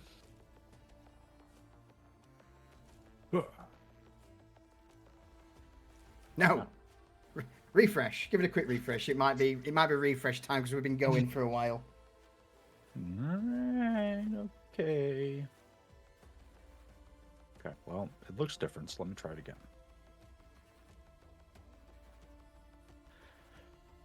And give him the old that's a knife. He's targeted. I'm hitting it. It's not. Have you got pop out at the minute? Just try popping it back I- into. Go on. I didn't, but I'm going to pop it out and pop it back in, see if that makes a difference. It doesn't seem to be doing anything when I click on the knife. Bear with me. Let me. Oh, because for some reason, oh, you doing it from a. Yeah, hang on. I'll see what you're doing. Yeah, I've got let- the ability to, I've got ambidextrous. Yeah. Let me. Works for me. I'm good with that roll. Do you want to take that roll? I'm gonna take that roll against the gun. Yeah. Yeah. Yeah. I forgot to target the guy, so we're doing it manually. He's not going to dodge. He's going to just take it because you can't dodge when you're on the ground. As the knife just comes down, impales into him. Damage is 2 plus strength. Strength being 2. Damage 4. It's also mono edge, which Remove the armor. does penetration. It's 4 damage straight through. And to be honest, my dude, that's enough. So that can happen. And he's gonna stab this guy on the ground, like just big driving, and then he's gonna lay his auto pistol across his hand. It's my understanding I can attack with both weapons. You can attack with both weapons, yes. So Sure, this I'm guy who ambidextrous. just ran up firing, Mm-hmm. gonna give him the good news. Sure. Gonna add my SL to this, so it'll be no, not 12 dose. There we go. And select rapid fire on this now. Oh God. Not enough ammo. Bullshit, but okay. I'm pretty sure I have enough ammo on the gun. I don't think you do actually. So I've got a 25 round magazine. I full autoed once. Oh, I need to have 3 full magazines worth. So what I Yeah. will do then is I'm gonna burst it because it's the closest thing to full auto I can do.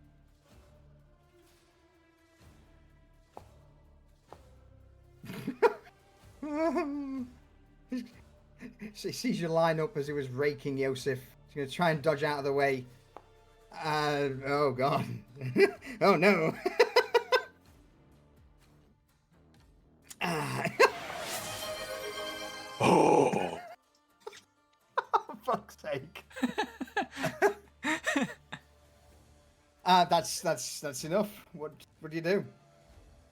well, so he just throws the hand over the top of the bleeding hand and uses it to brace it. Just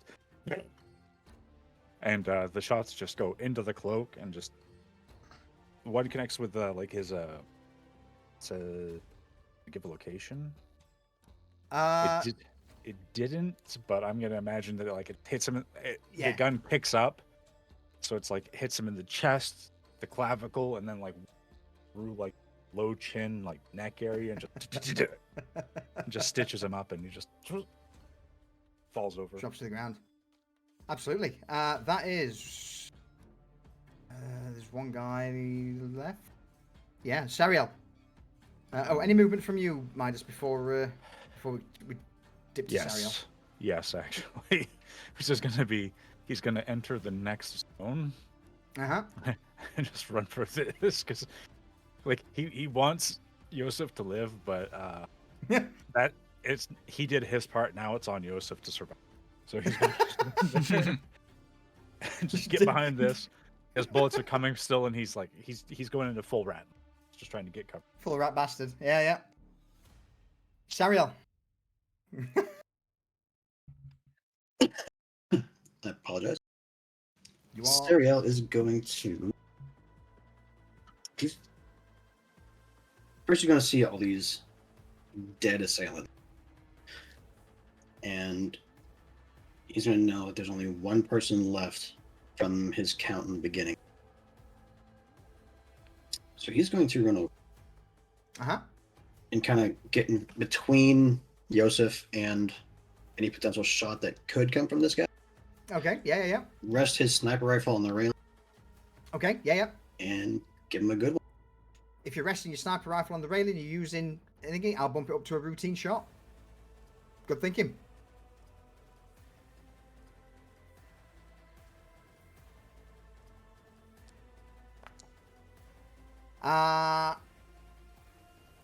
Clutching at the injury, this guy sits up, can't dodge. What do you do to him? He's taking that leg off. Yep.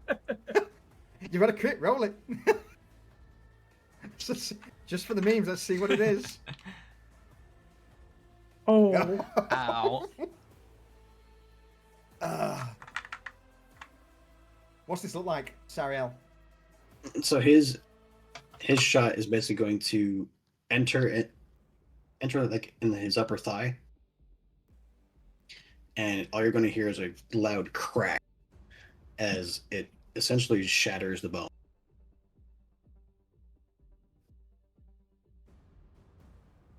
Oh. With that last crack from the rifle and the body dropping to the ground, you all just take a brief moment, look over at the dead and dying, well, no more dying, they're all dead, the dead assailants. Obviously one got away. But what do you all do? What happens at this exact moment as combat comes to a close? I'm going to grab me one of those silenced stub autos. All right, yeah, absolutely. Boom, there you go. You've got a stub auto in your inventory, Norn. Thank you. I'm going to say Sariel doesn't know that there may be more coming or not, so he's actually going to grab Yosef and pull him back. Okay. Joseph is on Is space. there- Yeah, there he's just any way dragged over across here? the ground. No, not unless you've got a grab shoot Okay. or a grapnel launcher. Otherwise, it's a long drop. I mean, you can try make an athletics check if you'd like, I mean, or if you want it hard I- enough. don't Or- trust that. you can give me a check to cross the rickety-looking wiring and stuff over yonder. Nah, I'm good. Hardos is just gonna like eject the spent shell, the huge shell.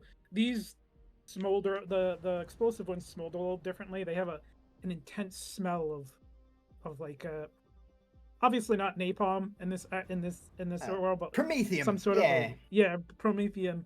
And he's going to like give a look around, and when he doesn't see anybody else, he's gonna kind of holster the massive hand cannon.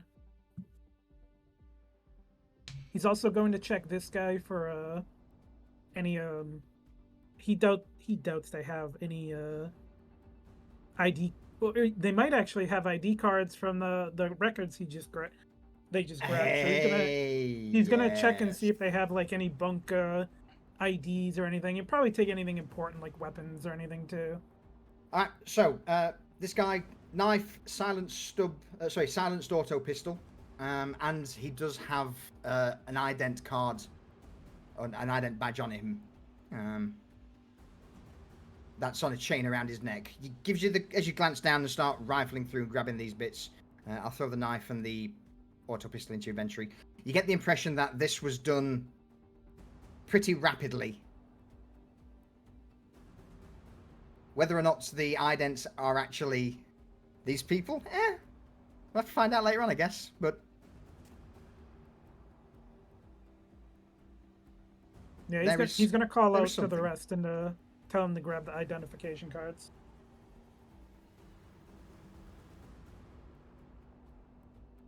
anybody else want anything? Yes. As you quickly scoop up. Go on, Midas. One of these guys had a silent stub auto pistol. So it's stub. It's kind of like a carbine uses long guns. But yeah, absolutely. Okay. All right. So if it's a long gun, he's not gonna go. But it's in your inventory. You can give it out to anyone you want later on. You just whiz by, Okay. snag it. He wants to check their masks that they're wearing and grab one of those. Okay. If are they all the same? They're all the same. They're all just blank-faced, almost like ballistic masks with eye holes in a dullish purple coating. All right, he's But gonna pull nothing one of that- those off the one of them then, and just see if the guy underneath looks remarkable in any way. No, it just looks like any other scrot bag. The mask comes off easy. It's a face you've never seen before.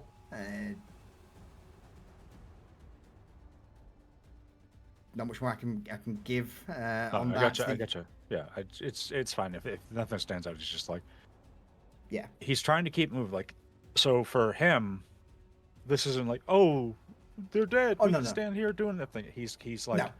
we got to keep moving because he's used to like having to scurry. Like you have to scavenge on the go, and he wants to get what he can, like that is And might go. be useful, and just keep moving. And he's gonna shout over Joseph, Joseph, you better get back to your office. He's I'm not sure this office is safe anymore. Can I come with you? please now.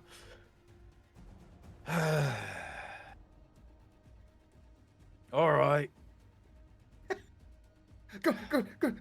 And he'll just grapple onto Surreal's shoulder with one hand.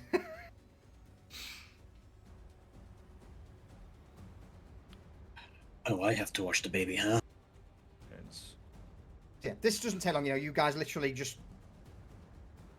jump down. Norn, you pick up one of the silenced auto pistols, pocket it. Harthos, you just run up, quickly scan over the body, grab the ident tag, grab the gun. Same with you, Midas, you grab the stub auto and that, and the mask, of course, and set off oh no, at he's a gonna brisk leave. pace. Oh, He'll leave the stub auto because I was thinking of the silenced auto pistol, but suddenly someone. Oh, So he's just gonna. no, there's two. There's three pistols available. So if you want to grab one, that's not a problem. He'll There you go. grab one of those just on the go and try to scavenge what he can for ammo, and he's not like being super thorough. He's just like trying to No, it's just go. I'm bleeding. yeah.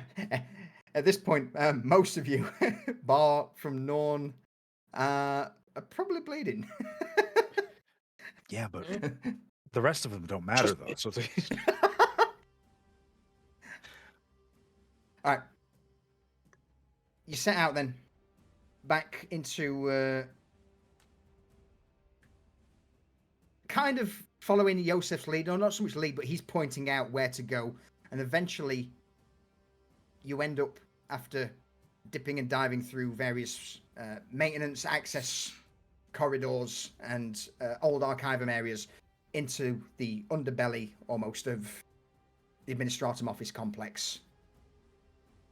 Luckily, with guns pointing in all directions and everyone on high alert, you don't seem to be followed, but your actions here have obviously alerted someone somewhere.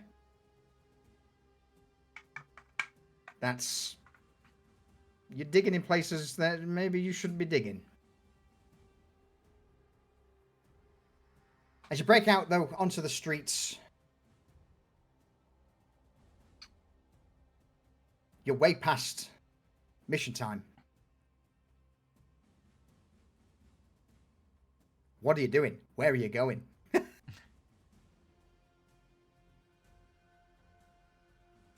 We should probably be trying to catch a train out of here. Not gonna lie.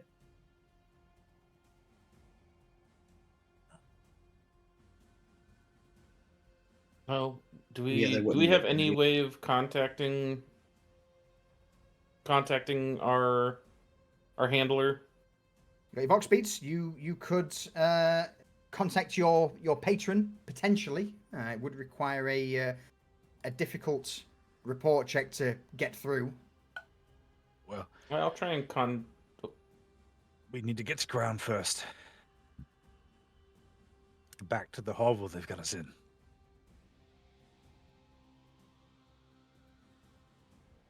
Well, let's make haste then. Try and contact our patrons when we get there. I'm gonna need a stealth check. A routine stealth check to make your way completely undetected, eyes up, eyes alert from. Okay. And if anyone wishes, before any rolls are made, if anyone wishes to add something to help, this may make it a little easier. I can. Since I'm a shadow operative, can I use that to kind of guide us back? What's it do? You tell me. Stealth and deception have become second nature to you through your rigorous training and the dangers of past experiences. You ignore the disadvantage penalty on stealth tests due to your current subtlety. Sure, I will say that in this situation, your training kicks in.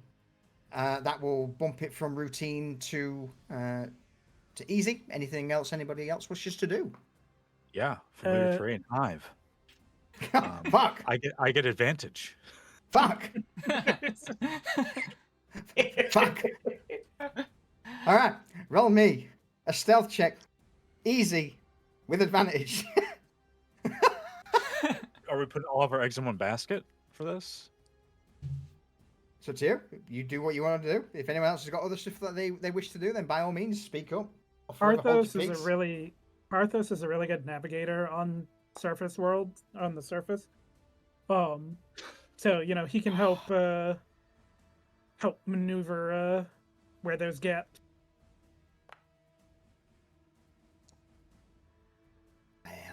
All right. Sure. Roll me a stealth check.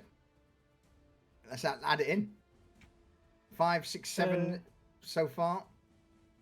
What is it like? It's easy. No, yeah, it would be an easy stealth check at this point. No modifiers to SL. No modifiers to SL. Okay. Can I throw my auger ray in for use as well with this? How would you use it to help? You tell me. Identify pretty much just around where everyone is to avoid larger crowds. All right, yeah, sort of using it to scan, see where people. Yeah. Absolutely. Give me the same. Okay. Serial, anything from you? Yeah, Serial has Fuck off. with his assassin training, he can move silently. Of course you can. Of course you can. Yeah. I'm the only non-stealth character here, it seems. So with a total of, what's that, 5, 6, 7, 8, 9, 10, 16, 20. With a combined success level of 20, you easily manage to slip through the hive. Any enforcers are passed by with just deft aptitude. It's the old Skyrim thing of you make a noise, and they walk around the area like, something's not quite right here. It must have been the wind. Yeah. And again, even through when it gets to large crowds, you blend in, move through without issue, and it takes you almost no time at all to find your way back to storage room 85 in the document archivum. As you all barrel through the door, close it behind you, Eosif also just drops to his knees, panting, sweat beading from his brow. Oh, what? Are we safe here? Are we good? Safety's a bit of an illusion, so don't get too comfortable.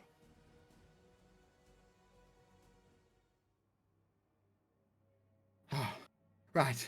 Well, um, next steps.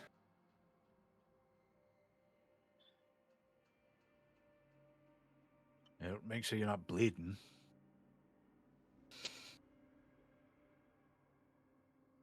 Anybody have any Medicaid training? Not really. No, not really. Anybody want to attempt some Medicaid? Let me put it that way. Well, I believe I was Mm. shot. I can try. Don't all jump at once. Mine's at 39, and I also still have my low pet servitors. Serval skull that hasn't had a setup yet. What's your servo skull? You've not activated him yet. You've not brought him out of your pack. You know what? I'm going to throw him in as Medicaid drone. Oi! Excellent. Decision has been forced for you. Yep. Cool. In that case, then, what's this look like as you all sit down? Obviously, you've not had a chance to activate your monotask servo skull yet. Norn, what do you do? Yeah, I pull him out of my back bag. Do binary chant for activation, and push a button hidden inside of it for it to activate. With it pre-geared up with all the Medicaid stuff that it normally comes with. In that case, then, I'm going to rename that to Medicaid servo skull. Thank you. I'm going to remove all of the extra little bits that are no longer Needed. relevant. There we go. So you would all see this servo skull just take a brief moment, a few flickers from its eyes before a plethora of small appendages drop from the bottom. Blades, saws, scalpels. Looks at a first glance to be more like a torture implement than something of a medical nature. But do you want to throw up the medical or the Medicaid servo skull, please, and tell everyone what it does? Where are you? How do I kick him up? So if you hover over him, it should turn to a little dice icon. You just click that. And that'll throw him into chat. It's showing up as no uses left. Hold, it may be a GM thing. Because, of course, it is. No. Of course it is. No, even I can't do it. So what I will do is... that. Done. Medicaid. Servo skull. I don't have permission. Fuck it. Anyway, just tell us. Read it out. What does it do? I'll sort it later. The whole thing that you want me to read out? Or just the Medicaid part? Just the Medicaid part is fine. Skull is fitted with devices to aid in medical effects and grants +10 to Medicaid tests made within immediate range. And with this being downtime, that servo skull can move around to anyone. So anyone who wishes to do any Medicaid to sort themselves out or sort a ally out, you get +10 to your roll. And due to it being there, I will make it a routine check. Yep, I'm gonna do it. I'm gonna take care of myself as well. All right. Parthos can help. He does have some basic Medicaid training. Let's see. I think my skills, I have 35. If you're helping, I will add +1 SL to the roll then, with Harthos helping out. He will even help Crunk. Shockingly. 10 go on the modifier. So basically the way it works with it being a +10, add in +2 SL, so you get 3 SL on your Medicaid tests. Okay. We'll do it that way. That's the easiest way of doing it. Did you say routine or no routine? Routine, yes. Routine. Routine Medicaid test.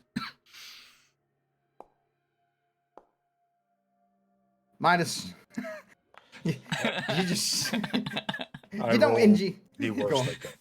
I just rolled the worst I could, basically. Yeah. So I'm going to say, Sariel, Kronk, you managed to at least extract any bullets or just patch yourself up. You, Midas, there's no ill effects. This is more for RP than anything. What's it look like? Well, he's been stabbed in the arm, so he's trying to look at it over, but he doesn't have like the proper tools on him, so he's just seething about it a lot. Every time he tries to like do something like poke at it, it hurts, so he just can't do anything. Can Harthos give it a try? Sure, why not? So Harthos comes over and kind of like he's shoos gonna look at Midas's hand away. Harthos. Okay, go on. He's gonna look at Harthos. Just on the surface, does Harthos look like he should know what he's doing? He is very confident, which is probably terrifying. And if Midas says something, he's going to be like, "How different is a body from a machine?" No, you say you're confident, and it's like, it's confidence is key. If you're confident, yeah, he'll let you. Like if you're confident, then yes, 100%, he'll take a look. Go on then. Give us So a the roll, little- Harthos. The eye makes a little like ticking noise as it like zooms in and out. Okay, so I need to make a Medicae roll. 3 SL. SL, Yep. And it's routine. and then we're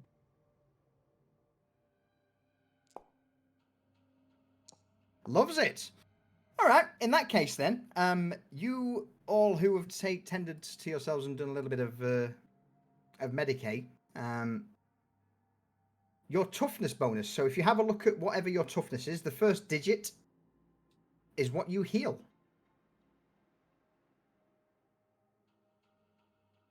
All right. Not that it matters because it's the end of, pretty much at the end, and you've got some downtime coming up. But it's a nice little thing. So yeah, Kronk, Sariel, you easily managed to tend to the few wounds, pull the bullets out, stitch it up, get it. It's sore. Don't get me wrong. But it's not a critical injury. It's nothing life-threatening. And Harthos, you tend to Midas, begin to stitch up the slash to his arm.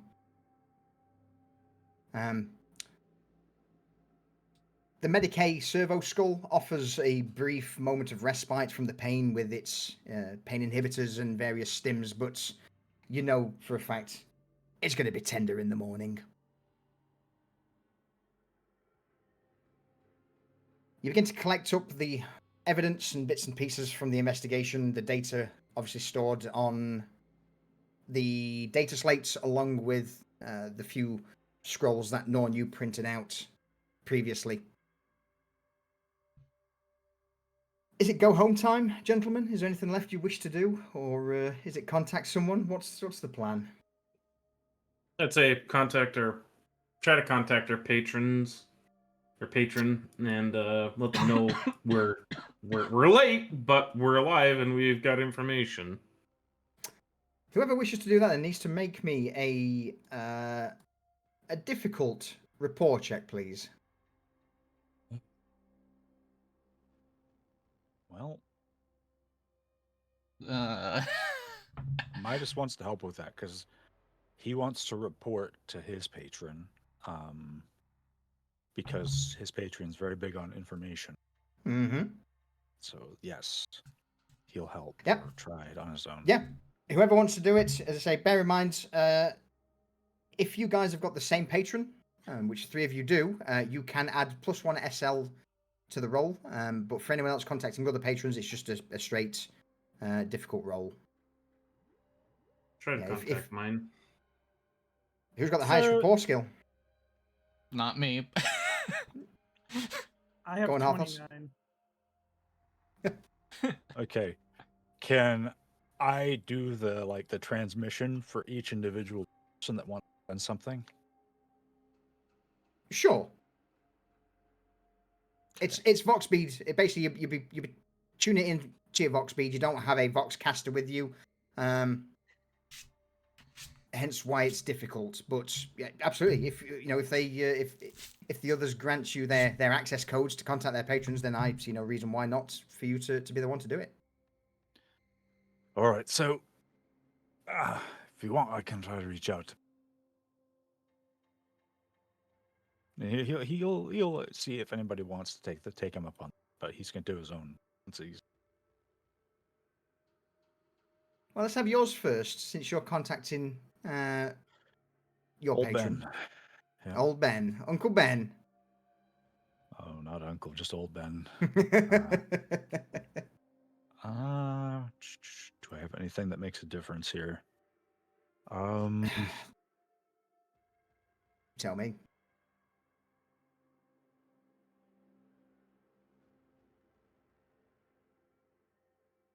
I feel like I don't have anything that's going to make a difference to this. This might be rough. He's gonna set up his comm leech. Okay. And he'll send it. Fuck. Let's see. Oh, that was almost. Yeah. No. It's almost really good. So as you, with the comleech setup, you try and vox out towards Master Benedict, but at this moment in time, with you deep inside the confines of the Administratum District, all you get is static. This is not like the previous inquisitorial override that forces itself into your ear. Yeah, unfortunately with that. Yeah. Sadly. Well, his idea was to try to use the terminal to assist, but he'll give it a try later. Sadly, terminal only is a data entry point for what's on this in this archivum. It's not linked to a Vox network. All right. You are out in the sticks for a reason. Equipment. Voxcaster.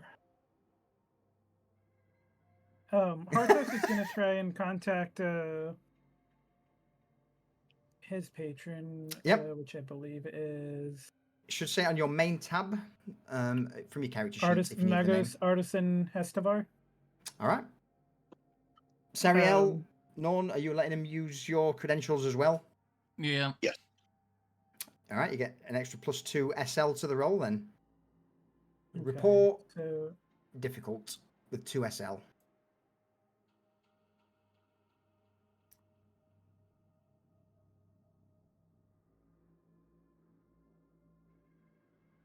You gonna roll there, Killa? There we go. There we go. Nice. You're met with the same. You are met, sadly, with the same. Well, I will try myself to reach Castellan. Someone, please, anybody.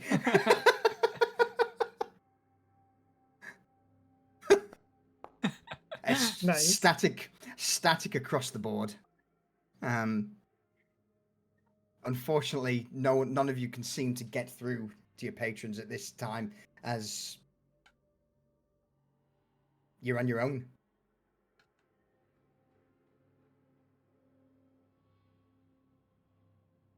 Can we attempt to reach out to? I mean, did our patrons send us out here, or did the inquisitorial office send us out here? That's far above your pay grade. Okay. We will never know. You know the Inquisition's in effect because there was an inquisitorial override, but as for contacting them, yeah, that's unfortunately for you guys, you don't have anyone from the Inquisition or the Ordo Hereticus with you, so that's sadly not an option. So yeah, it's basically your patrons pass down the missions at the start. The very first thing basically says, so for you, Norn, Harthos, Sariel, it would be Mechanicus tasking notice. So it was passed down from your patron. As for you, Kronk, that was a security notice from the from the Militarum, and of course for Midas, it was a special tasking notice. So yeah, sadly, you're literally at this point, SOL, shit out of luck. You're making it back on your own.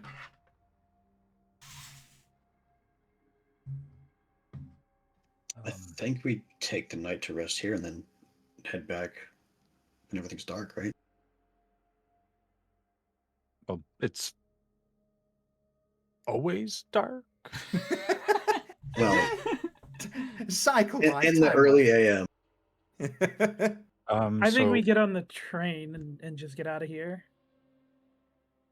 well, we need our strength back before we do that, and let's rest a bit, then go and inventory, equipment. We're at the end of the hall. Mm-hmm. That in the chat. Did it work? No, it didn't. So Midas is going to go into the hallway and screamer. In And what? case. Sorry. A screamer. Okay. Yeah. Okay. Yeah. It's a alarm. It's going to be a motion sensing alarm that doesn't function on sight. It focuses on motion. So if anybody comes down like Amelia, he's going to set it up in the hallway to, if anything moves like within like say 10 meters down the hall, it will start making the most god awful like alarm noise possible to alert them while they're resting. Love it. With the screamer set up, proximity alarm ready, you all settle in. Even Yosef just passes out in a corner from the adrenaline spike and dump. The rest of you have a fitful night's rest, perhaps half keeping one eye open in case the alarm goes off, the other just from being shot at, and the fact that whatever you've uncovered doesn't seem to be something easily swept under the rug.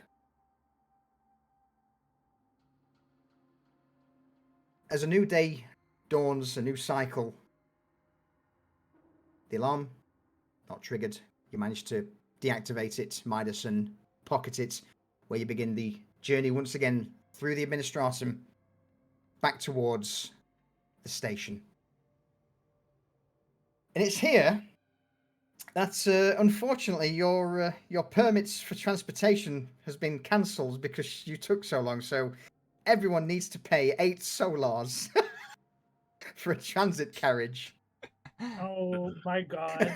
Bureaucracy. Damn you! It's just 8 solars. 8 solars to return. Yep.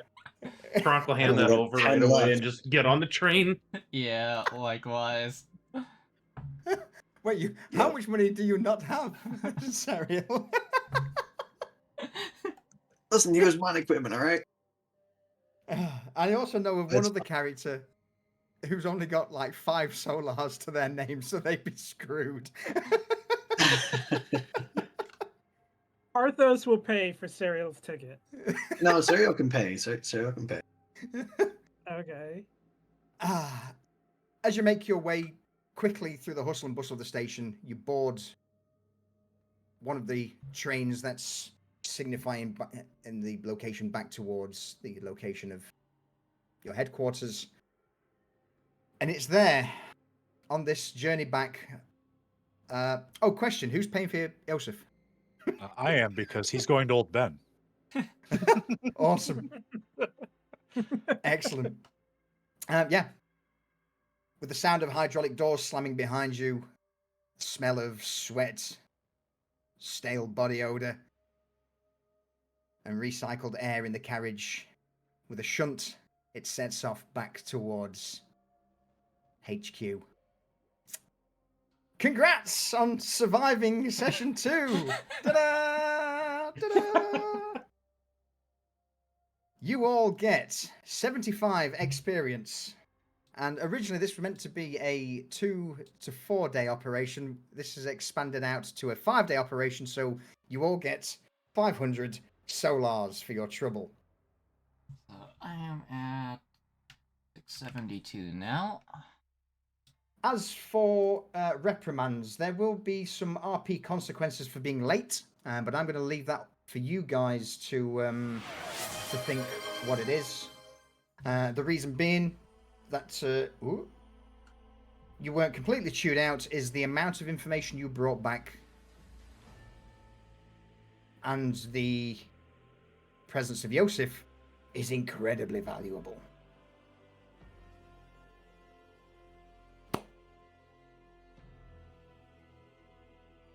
Last So- but not least, who's I gone? Arthos? No, I can ask it later. Okay. In that case, then, yeah, we'll close it there. What do we say, everybody?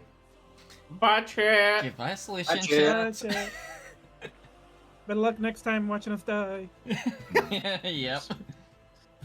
Might not be all of us Chat. next time. Chat, don't be our ops. Don't be our ops. Also, see you next time for Ashes of the Faithful. Whoa!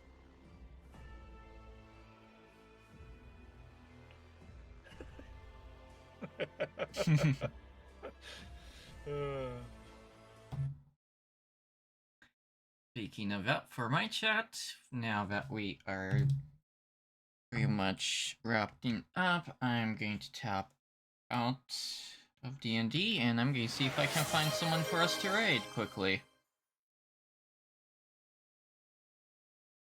I hope you all enjoyed the chaos, and I do apologize for not paying attention to chat this time around.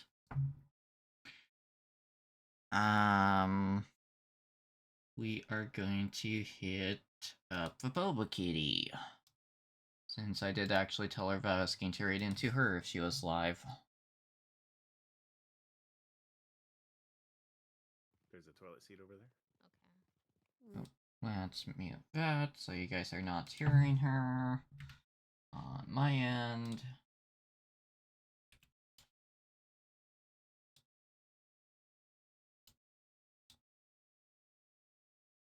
Come on, copy and paste, be cooperative.